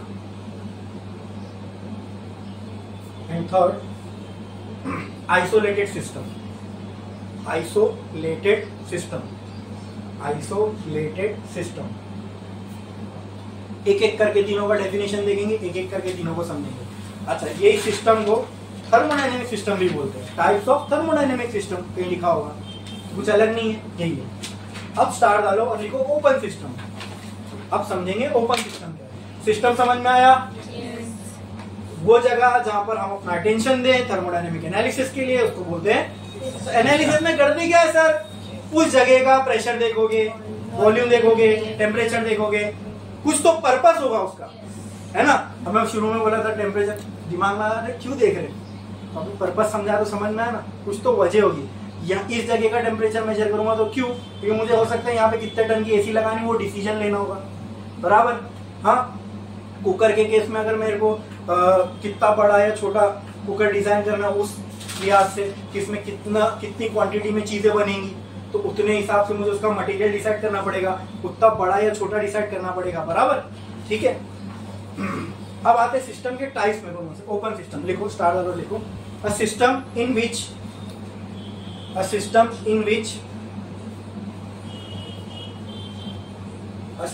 in which both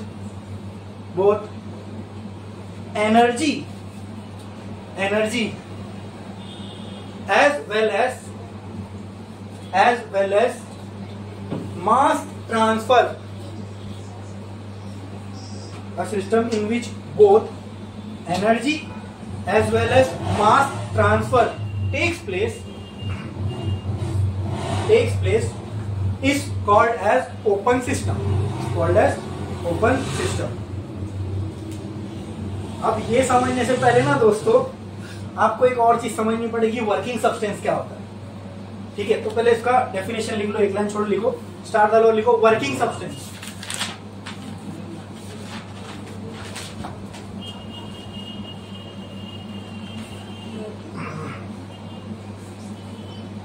The substance inside the system, the substance inside the system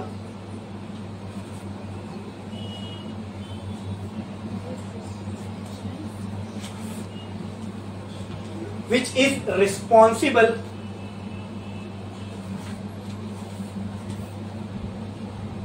for working of the system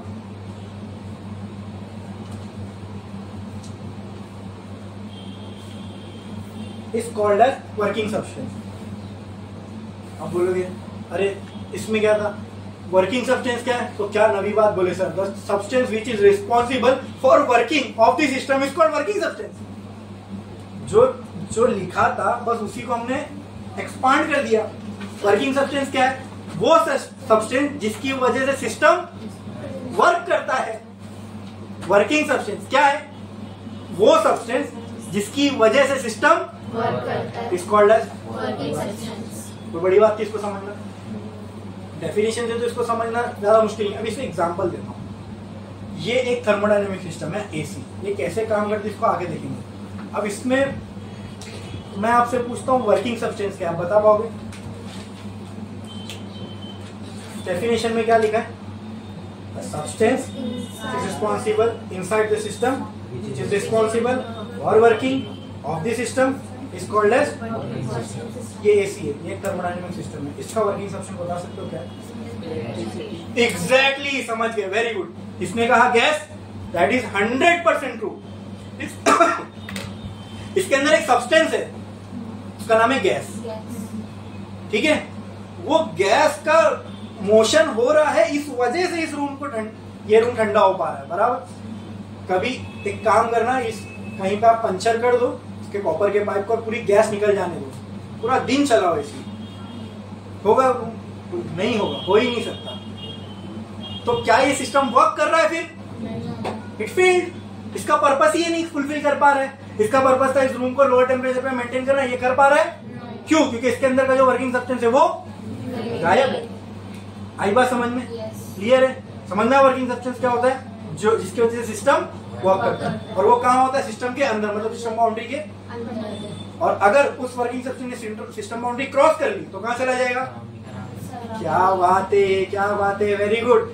मतलब अब तक हमने ये तो समझा था कि सर दो जगह, अब मैं आपसे सवाल पूछता हूँ कि मुझे ये समझ में आया था कि एक जगह से दूसरे जगह ट्रांसफर होना है, मतलब अगर किसी चीज का मोशन होना है, किसी चीज को ट्रांसफर होना है, तो उसके लिए क्या चाहिए?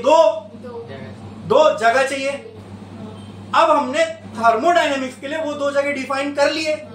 हाँ, कर लिए। कौन कौन सी? और अब मैं फिर से अपने वो इजी वाले एग्जांपल पे आता हूँ और एक आपसे सवाल पूछता हूँ। मुंबई पुणे, दो जगह। मैं मुंबई से गया पुणे, हो गया मैं ट्रांसफर। अब मैं आपसे पूछता हूँ जाऊंगा कैसे, लेके कौन जाएगा? ये भी तो सवाल है। एक जगह से दूसरे जगह ट्रांसफर होना है तो कोई मोड भी तो होगा। प्लेन हो सकता है, कार हो सकती है, साइकिल हो सकती है, बाइक हो सकती है, कुछ भी हो सकता है ना। हाँ, तो अब सेम वे वर्किंग सब्सटेंस को आप यहां इमेजिन करो। सिस्टम है, इसमें वर्किंग सब्सटेंस है। अब हीट को सिस्टम से बाहर जाना है, लेके कौन जाएगा? जैसे मुझे मुंबई से पुणे जाना है, लेके कौन जाएगा? कार। हीट को सिस्टम से बाहर जाना है, लेके कौन जाएगा? Working substance. कौन लेके जाएगा? ये जो गैस यहाँ घूम रही है ना, ये क्या कर रही है पता है? ये इस रूम की गर्मी को ले रही है और कहाँ जा रही है? एग्जैक्टली, ये हीट ले ली ना इसने, सिस्टम से हीट निकली और कहाँ गई? ओहो, तो ये क्या हो गया? नहीं, हीट का क्या हुआ? ये क्या हुआ? क्या हुआ? क्या हुआ? ट्रांसफर। क्या ये एसी हीट को ट्रांसफर कर रहा है from system to surrounding? So is it a thermodynamic system? बोला था ना मैं, एसी क्या है? देखो चैप्टर अभी स्टार्ट किए और पता भी नहीं था, जिसके नीचे बैठे वही थर्मोडायनेमिक सिस्टम है। ठीक है, जिस रूम में बैठे वो खुद एक थर्मोडायनेमिक, मतलब जो पढ़ रहे हो उसी के अंदर हो। ठीक है, ये रूम आपका क्या है? थर्मोडायनेमिक सिस्टम है। ठीक है, वर्किंग सब्सटेंस इसके अंदर है।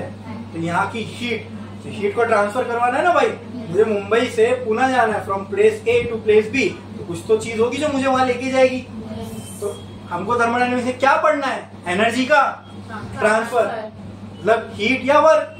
तो चलो हीट ले लेता हूँ, हीट को करना है ट्रांसफर फ्रॉम सिस्टम टू, कैसे, कौन लेके जाएगा?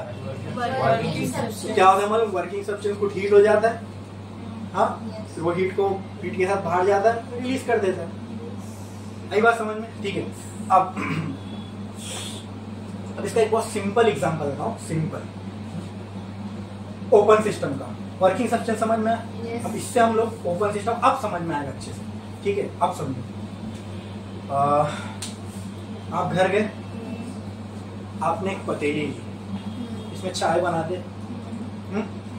उसमें आपने ममम डाले, क्या डाले? ममम, क्या डाले? हाँ, ममम डाले और उसको कहाँ रख दिए? गैस, कहाँ रख दिए? ठीक है, वो पतीली, वो बर्तन, वो यूटेंसिल आपका क्या है? सिस्टम। उसका जो मटेरियल है वो सिस्टम बाउंड्री है। अंदर आपने क्या डाला? पानी, जो आपके लिए किसकी तरह काम करेगा? Which is inside the system, वो आपके लिए किसकी तरह काम करेगा? Yes yes yes, very good. System मिल गया, सिस्टम में क्या डाल दिए? अब इसको कहाँ पे लेके जाके रख दिया हमने? अब इस मटेरियल के बाहर जो कुछ है वो क्या है? उसके अंदर जो कुछ है वो क्या है? इसको कहाँ रख दिया आपने? कहाँ रख दिया? कहाँ रख दिया? समझ में आया? इसमें किसी को कोई डाउट, कोई परेशानी, कोई दिक्कत? अब आपने गैस किया ऑन, ठीक है, तो वो फ्लेम से ये बर्तन ठंडा होएगा ना? हाँ ना, तो मैं ठंडा बोलूंगा तो ठंडा थोड़ी ना होएगा, गैस आग लगाओगे तो गर्म ही होएगा, है ना? ऐसा तो नहीं, वो नायक पिक्चर का एक सीन है ना, आप बोल रहे हो तो सही होगा, है ना? ऐसा नहीं ना, तो गर्म होगा। अब क्या लगता है ये हीट कहाँ पर है जो हमने गैस चालू किया? ये सिस्टम के अंदर है कि सिस्टम के बाहर है? एग्जैक्टली, मीन्स कहना चाहिए the heat is in the surrounding. अब जब आपने वो बर्तन रखा गैस पे, अंदर पानी क्या होगा? गर्म होगा। बॉयल तो बाद में होगा, पहले धीरे धीरे गर्म होना स्टार्ट होगा। मतलब क्या मैं बोल सकता हूं कि वाटर हीट हो रहा है, मतलब वाटर में हीट अब आ रही है? कहां से आ रही है? वो कहाँ है? सराउंडिंग। वाटर का है? ओहो, क्या ऐसा नहीं लग रहा? Heat is getting transferred from surrounding to the system. Clear, समझ में आया? मतलब कहना है ऐसे, energy is getting transferred from surrounding to the system. अच्छा, अब ये एनर्जी किसमें समा रही है? अंदर क्या है?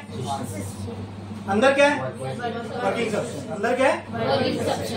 अब ये वर्किंग सब्सटेंस अपने अंदर क्या अब्सॉर्ब कर रहा है? अब पानी अगर अपने अंदर हीट अब्सॉर्ब करता रहेगा तो एक टेम्परेचर के बाद वो क्या होने लगेगा? वेपराइज होने लगेगा। आपने ऊपर ढक्कन नहीं रखा, अब ये पानी जो है ये धीरे धीरे वेपर बन रहा है, तो एक टाइम आएगा वो वेपर इस सिस्टम की बाउंड्री को क्रॉस कर जाएगा, फिर वो कहाँ जाएगा? अरे, और अगर मान लो ये वो बर्तन का लेवल है, हाँ, ये ऐसा गोल, अब इसके ऊपर आपने हाथ रखा, आपका हाथ कहाँ है? सिस्टम में, सराउंडिंग में? कहाँ पे? कहाँ पे?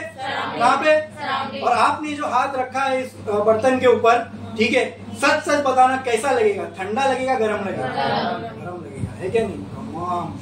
ठीक है, आपका हाथ कहाँ है? सराउंडिंग में, सिस्टम में? ये जो वेपर है वो पानी ही तो है गैसीय स्टेट में भाई, वो वेपर जो था वो पानी ही तो है बस गैसीय स्टेट में। क्या वर्किंग सब्सटेंस अपने साथ हीट लेके आ रहा है? क्या वर्किंग? अरे वो पानी ही तो है जो भाप बन चुका है, गैस के फॉर्म में आ गया है, वो पानी ही है। लेकिन अब क्या वो सिस्टम को एस्केप कर गया? आपका हाथ का है सराउंडिंग। क्या उस वर्किंग सब्सटेंस ने हीट सिस्टम से लाई और सराउंडिंग में छोड़ी? अब क्या हीट का ट्रांसफर हुआ फ्रॉम सिस्टम टू सराउंडिंग? तो कहना है the energy got transferred from surrounding to the system. तो क्या यहाँ दोनों हो रहा है? क्या यहाँ दोनों हो रहा है? Energy is getting transferred from system to surrounding, then from surrounding to system and then from. Clear है? एनर्जी का ट्रांसफर कैसे हो रहा है? क्लियर है? क्या इसमें किसी को कोई डाउट है? क्या कोई परेशानी? क्या कोई दिक्कत? एकदम क्लियर है, समझ में आया? ये जो मैंने एग्जाम्पल दिया, इस एग्जाम्पल से एनर्जी का ट्रांसफर सिस्टम के अंदर और बाहर कैसे हो रहा है, समझ में आया? From surrounding to system, from system to surrounding कैसे हो रहा है, समझ में आया? या आप तभी अच्छे से समझ सकते हो जब आपको वर्किंग सब्सटेंस समझ में आए। और अक्सर टीचर्स ये वर्किंग सब्सटेंस को भूल जाते हैं, ठीक है? तो थोड़ी दिक्कत होती समझ में, इसलिए मैंने पहले वो बताया। क्लियर है? समझे? तो मान लो ये एक सिस्टम था, ये क्या है मेरा सिस्टम, उसके बाहर जो कुछ है सराउंडिंग, जो ब्लैक ब्लैक है क्या है? सराउंडिंग से सिस्टम में क्या गई? हीट। तो now I am not calling it as heat but energy बोल सकता हूँ, because it is also form of energy. क्या मैं बोल सकता हूँ? सिस्टम में एनर्जी गई, क्या सिस्टम से एनर्जी बाहर आई? तो कहना है इसे सिस्टम से एनर्जी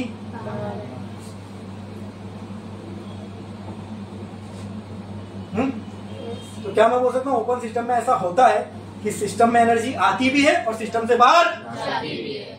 अब डेफिनेशन पढ़ो। Both energy as well as क्या एनर्जी का ट्रांसफर हुआ from system to surrounding and surrounding to system? Yes, very good very good. Mass का नहीं समझ में आया सर कि मास क्या है?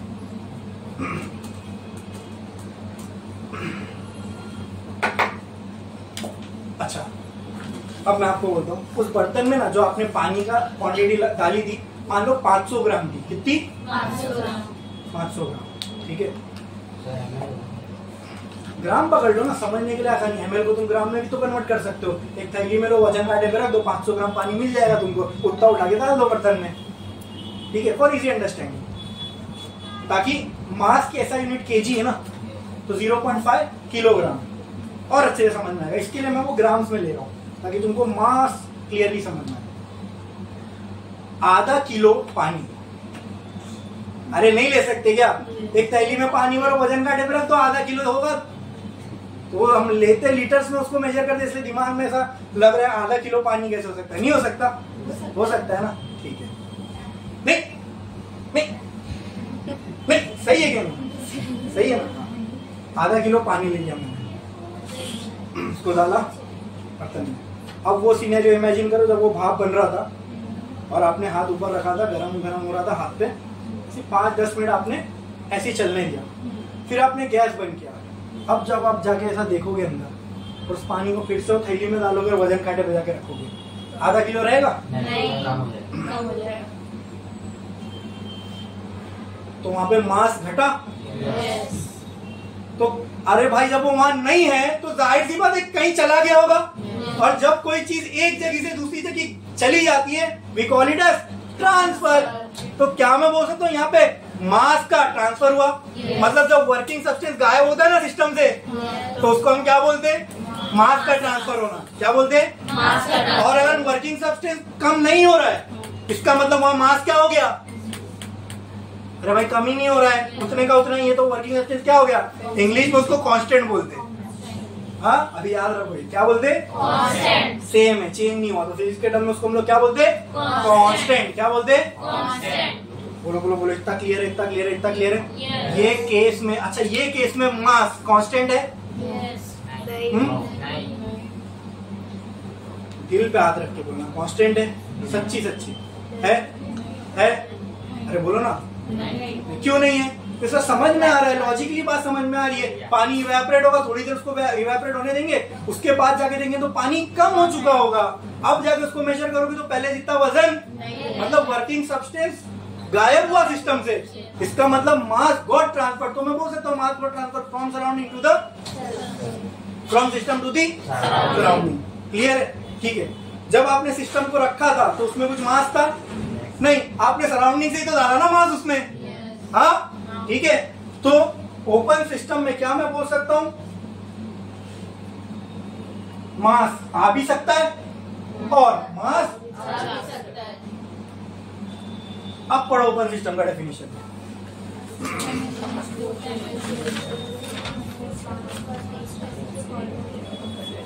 क्लियर है, समझ में आया पक्का? इसमें किसी को कोई डाउट? पक्का पक्का पक्का? हाँ, ये ड्राइंग होना पड़ा।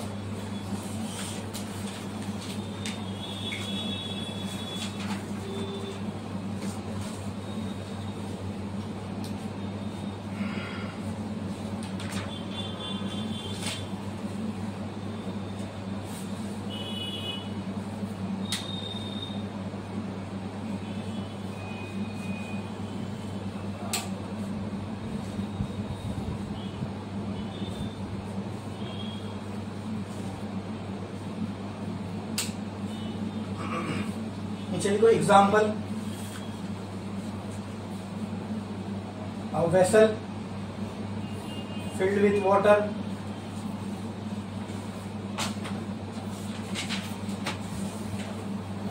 example, a vessel filled with water kept on a stove, kept on a stove with lid open, with lid open, ये हो गया इसका एग्जाम्पल। क्लियर है? इसी से मैं आपको क्लोज सिस्टम समझाता हूँ, ठीक है? अब आपने क्या किया, उसी पे वो जो यूटेंसिल था जिसमें पानी गर्म हो रहा था, आपने उसको ढक दिया। अब जो भी भाप बनेगी वो उस यूटेंसिल के ऊपर जाके जमा होगी, ठीक है? ठीक है, फिर आपने गैस बंद कर दिया तो वो भाप फिर से क्या हो जाएगी, कंडेंस हो जाएगी, ठीक है? फिर से पानी में, अब इमेजिन कर, अभी हम आइडियल केस लेके चल रहे कि मान लो अंदर कोई भी हाइपोथेटिकल केस समझ के चल रहे कि कोई भी वेपर एस्केप नहीं कर पाया, आइसोलेटेड सिस्टम है। आइसोलेटेड सिस्टम बोले तो मतलब उसको हमने एकदम दुनिया से काट दिए, अंदर जो भी वेपर था वो जरा भी सिस्टम के बाहर नहीं गया, जितना पानी था वो वेपर बना, वापस से पानी बन गए। अच्छा, क्या यहाँ पे हीट का ट्रांसफर हो रहा है? सराउंडिंग से सिस्टम में हीट जा रही है, बराबर, ठीक है? चलो, इससे आपको वो सिस्टम से सराउंडिंग का हीट का थोड़ा सा नहीं समझ में आएगा, तो मैं एक दूसरा एग्जांपल लेता हूँ। ये एयर कंडीशनिंग सिस्टम ले, ठीक है? इसको लेते एकदम इजीली समझ में आएगा। इसके अंदर एक वर्किंग सब्सटेंस है, वो क्या है? गैस। क्या है? गैस। ये गैस इधर आई, ये इंडोर में, ठीक है? इसने इस रूम की हीट ली, ठीक है, और बाहर चली गई, तो इस रूम से हीट बाहर गई, बराबर, ठीक है? और इस सिस्टम के अंदर हीट आ रही होगी, लेट से हमसे या बाहर से, ठीक है? कोई ना कोई यहाँ पे लीक होगा, कोई ना कोई स्पेस होगा जहां से हीट अंदर आ रही होगी, बराबर। तो ये जो एसी है, इसके अंदर जो वर्किंग सब्सटेंस है, इसने क्या किया, उस हीट को लिया और बाहर लेके जाके फेंक दिया, ठीक है? अच्छा, ये एसी को अगर मैं बंद कर दूं तो क्या रूम ठंडा ही रहेगा थोड़े टाइम बाद? अरे तो ये इस बात का सबूत है ना कि सराउंडिंग से सिस्टम में हीट आ रही है, सराउंडिंग से सिस्टम में हीट आ रही है, और यहाँ से हीट बाहर एसी की वजह से, जिसकी वजह से ये रूम ठंडा। क्लियर है? तो क्या मैं बोल सकता हूँ इस रूम में सराउंडिंग से हीट, क्या इस रूम से हीट बाहर, वो बाहर लेके जाने का काम कौन कर रहा है? लेकिन इसके अंदर जो वर्किंग सब्सटेंस है ये खत्म हो रहा है क्या? अगर इसमें कुछ लीक ना हो ना तो 5-5 साल 10-10 साल तक गैस डालने की जरूरत चलती रहेगी। मतलब अंदर जो वर्किंग सब्सटेंस है वो वेपराइज हुआ, खत्म हुआ, गायब हुआ नहीं। जैसे वहां पानी के केस में मैंने बाद में लेके जाके नापा, रहे गायब हो गया, पानी का वजन कम हो गया। इसमें ऐसा हो रहा है क्या? नहीं, वो वही गैस एस्केप करे जा रही है, वो जितनी मैंने 1 किलो डाला था वो 1 किलो ही घूमे जा रही है 5 साल तक। तो जो वर्किंग सब्सटेंस है वो उसने अपना मास लूज किया, वो गायब हुआ सिस्टम से। ओपन सिस्टम में हमने क्या देखा, जो वर्किंग सब्सटेंस था वो गायब हो गया, मतलब सिस्टम का जो मास है वो कम हो गया, मतलब कम हुआ तो कहीं तो गया होगा, मतलब मास क्या हो गया, ट्रांसफर। और इस केस में जो वर्किंग सब्सटेंस है वो खत्म नहीं हो रहा है, वही इवेपोरेट हो रहा है, फिर कंडेंस हो रहा है, फिर वापस आ रहा है, इवेपोरेट हो रहा है, कंडेंस हो रहा है, वही घूमते जा रहा है। ठीक है, तो सिस्टम से वर्किंग सब्सटेंस गायब हुआ, तो क्या मैं बोल सकता हूँ सिस्टम से मास गायब हुआ? बोल सकता हूँ। ये एग्जांपल वो लिड वाले केस में था। अगर आपने लिड डाल दी तो इमेजिन करो जो पानी इवेपोरेट हुआ वो वापस पानी बन के अंदर आ गया। ठीक है, कूल होने के बाद वो वापस पानी बना और उसी वेसल में वापस आ गया। अगर हम एक हाइपोथेटिकल केस ऐसा लेके चलते कि कुछ भी वेपर एस्केप नहीं हुआ, जितना पानी इवेपोरेट हुआ था वो वापस पानी बन गया, तो क्या मास का ट्रांसफर हुआ? लेकिन क्या एनर्जी का ट्रांसफर हुआ? हाँ, सिस्टम से सराउंडिंग में हीट आई और थोड़ी बहुत लेट से एस्केप भी की होगी हीट। ठीक है, लेकिन मेजॉरिटी जो वर्किंग सब्सटेंस है वो कहाँ रहा? सिस्टम में ही रहा। तो क्या यहाँ पर मास का ट्रांसफर हो रहा है? मास का ट्रांसफर हो रहा है। तो बस यही क्लोज सिस्टम को ओपन सिस्टम से अलग करती है चीज, क्या कि यहाँ पे किसका ट्रांसफर होगा? बोलो, एनर्जी का। किसका ट्रांसफर नहीं होगा?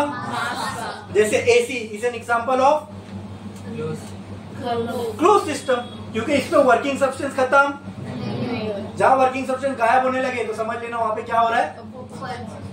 हाँ, वो ओपन सिस्टम है। मतलब पहले तो ये बोलो, जहां वर्किंग सब्सटेंस गायब होने लगे तो वहां पे क्या हो रहा है? पहले मास ट्रांसफर। हाँ, मास ट्रांसफर हो रहा है। अब बोल सकता हूँ वो कौन सा सिस्टम है, क्योंकि एनर्जी ट्रांसफर तो एनर्जी ट्रांसफर तो दोनों में ही होती है। किस किस में? ओपन में भी। और तो कौन सी चीज ओपन सिस्टम को क्लोज सिस्टम से अलग करती है? Mass transfer. कौन सी? और मास ट्रांसफर वो ये डिसाइड कैसे करोगे? एक ही तो चीज है। क्या देख के? क्या देख के? यस यस यस, हाँ सही है बोलो, क्या देख के? Working substance. अगर वर्किंग सब्सटेंस गायब हो रहा है तो मास ट्रांसफर, मास जा रहा है। यस, ठीक है। और अगर वर्किंग सब्सटेंस उतना ही है, वही फ्लो होते जा रहा है, तो कांस्टेंट है। आई बात समझ में? मैं ये नहीं बोल रहा कि क्लोज सिस्टम में मास नहीं लगता, मैं ये बोल रहा हूँ मास ट्रांसफर नहीं होता। मास दोनों में ही होता है, लेकिन ओपन सिस्टम में मास का ट्रांसफर हो सकता है, क्लोज सिस्टम में नहीं हो सकता। अच्छा, जैसे किसमें हो रहा था? एक और चीज है आपके घर में, which is an example of close system. कोई बता सकता है? थोड़ा सा दिमाग लगाओ, थोड़ा सा। नहीं, हाँ बोल सकते हो, लेकिन उसमें भी एक टाइम बाद एस्केप हो जाती है ना, तो पार्शियली क्लोज सिस्टम में वो ऐसा बोल सकता हूं। Very good, 100% true. फ्रिज का भी तो काम यही है, एक स्पेस को कूल करना। अब वो स्पेस को कूल कैसे करेगा? अंदर जो भी फ्रिज के अंदर की जो है उसके अंदर से वो क्या निकालेगा? हीट। एनर्जी ट्रांसफर हुआ, वो हीट कहां छोड़ेगा? बाहर। क्या फ्रिज के अंदर फिर से हीट आ सकती है? आ सकती है। फ्रिज खोलोगे, बंद करोगे, वापस से अंदर हीट आ सकती है। लेकिन उसके अंदर जो गैस है फ्रिज के अंदर, वो तो कभी खत्म ही नहीं हो रही। 10 साल चलता है ना फ्रिज, क्यों चल पाता है? अंदर गैस है, which is a working substance, और वो खत्म नहीं होती। Yes, it is an example of, मतलब जो तुम्हारे घर का फ्रिज है, it is also thermodynamic system, and under thermodynamic system it is a type of closed system. It is a closed type thermodynamic system. है समझ में? फ्रिज भी क्या है? थर्मोडायनेमिक। कुकर भी थर्मोडायनेमिक सिस्टम है। मान लो कुकर की सीटी नहीं बची, तब तक वो क्लोज सिस्टम है। जैसी सीटी बच गई, अब ओपन सिस्टम हो गया। समझ में आ रहा है कि नहीं? एकदम अच्छे से। क्लोज सिस्टम और ओपन सिस्टम। तो क्या इसमें क्या चेंज आएगा अगर मैं इसको डायग्राम के थ्रू बताऊं तो? मास आउट नहीं होगा, मास इन होगा। लेकिन आउट नहीं हो रहा तो इन आउट बताने की जरूरत नहीं। इससे अच्छा मैं यहाँ पे क्या लिख देता हूँ,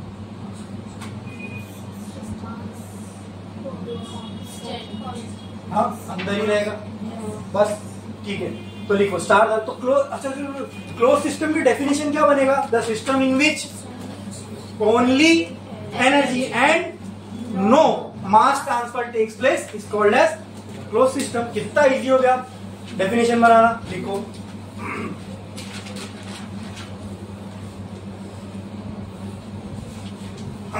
the system in which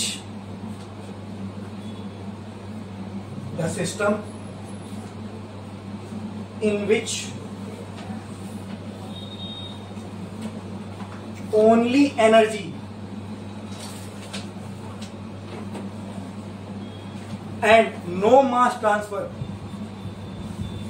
takes place. Energy के बाजू में ट्रांसफर लिख दो, ओनली एनर्जी ट्रांसफर, एनर्जी के बाजू में छोटा सा लिख दो ट्रांसफर अगर जगह नहीं है तो. The system in which only energy transfer and no mass transfer takes place, ऐसे सिस्टम को हम क्या बोलते हैं? अरे बोलो ना. It's called as close system. It's called as close system. तो can you suggest some example of close system? अभी तो हमने डिस्कस किया. फ्रिज नहीं बोलते उसको, बोलते हैं रेफ्रिजरेटर. ठीक है, तो फिर इसको क्या और एक क्या है? हाँ, तो एग्जांपल में लिखो air conditioning system comma refrigerator comma refrigerator. ठीक है,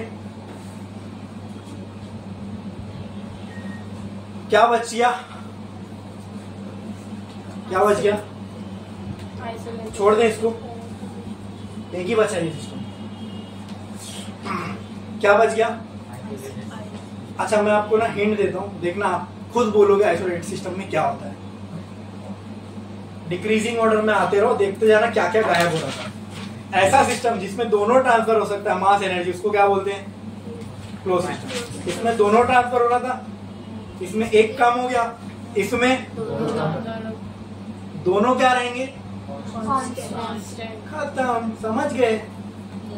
देखिए जब बेसिक समझ में आते हैं ना तो माइंड खुद ब खुद कड़ियां जोड़ने लग जाता है, डॉट्स कनेक्ट हो जाते हैं. ठीक है, यही है आइसोलेटेड सिस्टम.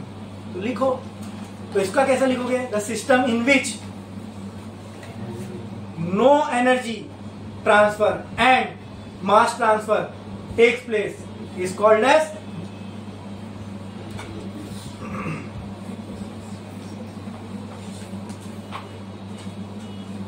इसका डायग्राम कैसे बन सकता है दोस्तों? ये मेरा क्या है? अच्छा वाला सिस्टम. इसके बाजू में अच्छी क्या है?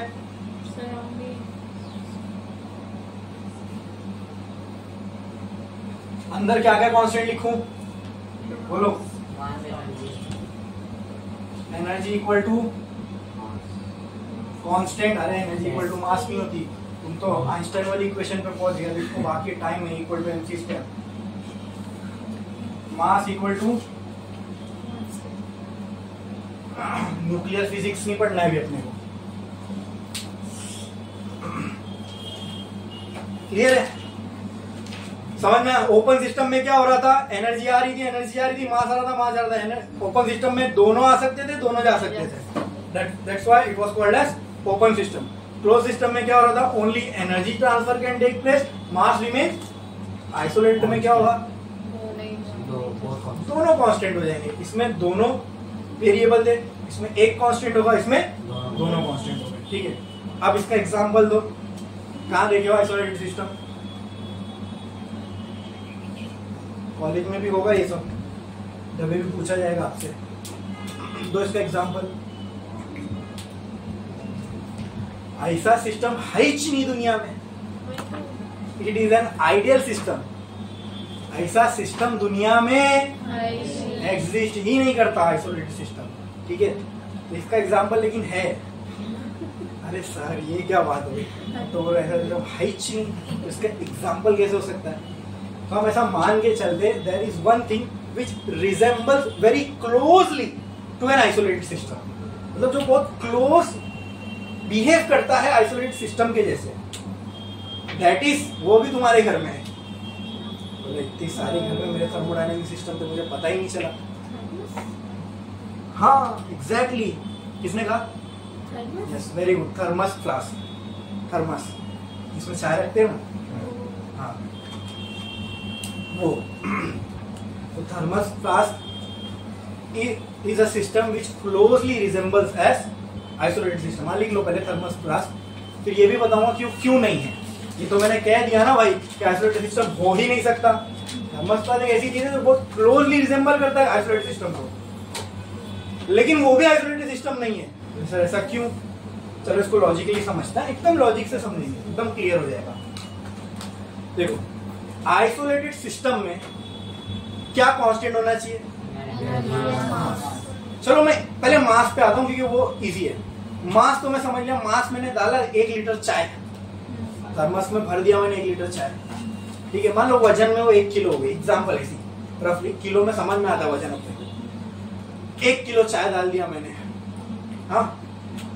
अभी मैं 10 दिन बाद आके भी देखूं तो चाय तो उसमें कम नहीं होगी ना, चाय जितनी थी उतनी ही रहेगी। तो ये तो हो गया मास कांस्टेंट। एक शर्त पूरी हो गई आइसोलेटेड सिस्टम की, मास रिमेन्स। लेकिन आइसोलेटेड सिस्टम होने के लिए एनर्जी शुड आल्सो रिमेन, मतलब हीट ना तो अंदर आनी चाहिए, दोनों में से एक भी हो गया तो हीट ट्रांसफर हो गया, तो फिर नहीं चलता, नहीं फिर गलत है, फिर नहीं हो सकता, ठीक है, फिर चीटिंग, फिर आइसोलेटेड सिस्टम की कंडीशन फुलफिल नहीं हुई, फिर मैं नहीं बोलूंगा आइसोलेटेड सिस्टम। चलो गरम गरम चाय डाला, सिस्टम के अंदर हीट आ गई, ओहो ये भी पूरा हो गया। अब आइसोलेटेड सिस्टम में उसको कब मानूंगा? जब एनर्जी का ट्रांसफर, एनर्जी कांस्टेंट हो। मैंने इसमें डाला चाय, ठीक है, मान लो उसके अंदर जो हीट थी उसकी एग्जांपल दे रहा हूं, उसकी वैल्यू थी 100 जूल। कितनी थी? 100 जूल। अगर हीट नहीं निकली बाहर तो चाय उतनी ही गर्म होना चाहिए। अगर मैं उसको 10 दिन बाद भी ओपन करूं तो मान दो इस चीज को, तभी मैं बोल सकता हूं हीट बाहर नहीं। अगर हीट बाहर नहीं निकली इट मींस एनर्जी का ट्रांसफर नहीं हुआ। लेकिन ऐसा होता है क्या? नहीं। ठीक है, अगर वो आइसोलेटेड, परफेक्ट आइसोलेटेड सिस्टम होता तो 10 दिन छोड़ दो, 10 करोड़ साल बाद भी अगर मैं उसको खोलता तो एनर्जी ट्रांसफर नहीं होना था, तो उतनी ही गर्म रहती जितनी 10,000 करोड़ साल पहले थी। समझे? लेकिन होगा क्या ऐसे? ये अपने को मालूम है, दिन क्या कुछ घंटे बाद ही देखेंगे तो वो अपने जो टेम्परेचर पे जिसमें हमने डाला था उससे अगर उसका टेम्परेचर कम हुआ, ये इस बात का सबूत है दया कि उसके अंदर से हीट निकली है। हाँ, ये चाय ठंडी हो गई, लीकेज होता है हीट का मटेरियल के थ्रू कैसे भी, ठीक है। अब वो जो है ना उसको रैंडमनेस ऑफ एनर्जी बोलते हैं, उसको तुम कभी नहीं समझ पाओगे, वो तुम्हारे सिलेबस के स्कोप के बाहर है। चीज कॉल्ड एज एंट्रोपी, ये थर्मोडायनेमिक का ही पार्ट है, चीज कॉल्ड एज एंट्रोपी। इसके लिए चाहे तो यूट्यूब पे इसके यूट्यूब पे जाके इसके वीडियोस देख सकते हो। It's called as randomness of energy. एक फैक्ट बताऊं, दुनिया का पूरे यूनिवर्स बनने से लेके जब तक ये खत्म होगा, जब तक भी ये खत्म होगा, एग्जाम्पल चलो यूनिवर्स छोड़ो, दुनिया, अर्थ बनने से लेके जब भी अर्थ डिस्ट्रक्ट हो जाएगा, जब यहाँ कोई लाइफ बाकी नहीं रहेगी, मतलब ये एग्जिस्ट ही नहीं करेगा, तब तक के लिए जितनी एनर्जी चाहिए ना उतनी यूनिवर्स ने इसको दे दिए। The total law of conservation of energy यही कहता है, energy can neither be created nor be, feel करो उसको, it can only be converted from one form to total amount of energy in the universe is constant. जब तुम किसी energy को बना नहीं सकते, बर्बाद नहीं कर सकते, इसका मतलब जो एनर्जी है वो मतलब पूरा यूनिवर्स है क्या है? Isolated system. इस पे तो एनर्जी नहीं, उसकी एनर्जी तो कांस्टेंट ही रहेगी ना। अब वो फिर ये एनर्जी सर कांस्टेंट है तो फिर हम लोग को नीड क्यों लगती है एनर्जी की? तो वो खैर वो अपने आप में एक बहुत बड़ा टॉपिक है, वो अपने सिलेबस के स्कोप के बाहर, उसको हमको नहीं जाना, ठीक है। इसको बोलते हैं रैंडमनेस ऑफ एनर्जी। एनर्जी के कई तरह के लॉस होते हैं, कई बार एनर्जी मोशन होता है तो वहाँ फ्रिक्शन में लॉस होती है, ठीक है। तो यहाँ पर भी जो एनर्जी का लॉस होता है किसी न किसी तरह से होता है। हाँ, अपने को इतना समझ में आ रहा है भाई 10 दिन बाद में ढक्कन खोला, मेरे को उतने टेम्परेचर पे चाय नहीं मिली, इसका मतलब यहाँ से हीट गायब हुई, बस खत्म। हीट गायब हुई मतलब हीट का ट्रांसफर, अब हीट का ट्रांसफर हो गया तो हीट कांस्टेंट, बस क्राइटेरिया फुलफिल हो रही है क्या आइसोलेटेड सिस्टम की? नहीं, ठीक है। हाँ, ये है कि बहुत लंबे टाइम तक वो हीट को ट्रैप करके रख सकता है, इसलिए हम बोल रहे हैं कि it closely resembles N isolated system. हाँ, वरना वो भी एक आइसोलेटेड सिस्टम नहीं है। समझ में आइसोलेटेड सिस्टम क्या होता है? क्लियर है? ठीक है। जो भी आज हमने पढ़ा, जो कुछ आपके बोर्ड पे अभी है, ठीक है, तो इसमें किसी को कोई डाउट है? कोई ऐसी चीज है जो नहीं समझ में आई? अगर कुछ भी ऐसा है जो आपको नहीं समझ में आया तो पूछो। कोई सवाल है आपके विच आई कैन एड्रेस?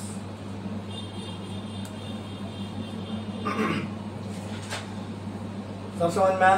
तो देखो, आपके सवाल ना पूछने की 2 वजह हो सकती है। एक, सब कुछ समझ में आ गया। दूसरा, कुछ भी समझ में नहीं आया। आई होप आपकी वजह पहली हो, है ना? और मैंने तो साफ साफ कह दिया कि आपका कोई डाउट इस दरवाजे के बाहर। क्या ये हो रहा है? क्या ये हो रहा है? तो I did what I said. तो मैं वो मीन करता हूँ, मैंने कहा था कि फिजिक्स आपको नहीं समझ में आए ये मैं होने नहीं दूंगा, चाहे वो टॉपिक कितना भी डिफिकल्ट हो। ठीक है, समझ में आया क्लियरली? जो भी आज अपना हुआ ऐसी हर लेक्चर के बाद होगा। ठीक है, कि आपका कोई डाउट यहाँ से बाहर नहीं जाएगा, जाना भी नहीं चाहिए। ठीक है, वरना क्या फायदा है यहाँ के? बराबर है? ठीक है, पूरा फायदा उठाओ हमारा। कैसे उठा सकते हो? हमारी नॉलेज से। कोई भी चीज नहीं समझ में आती है पूछो, जब तक पूछोगे नहीं तब तक सीखोगे नहीं। क्लियर है? आज के लिए बस इतना ही, स्टॉप कर लो।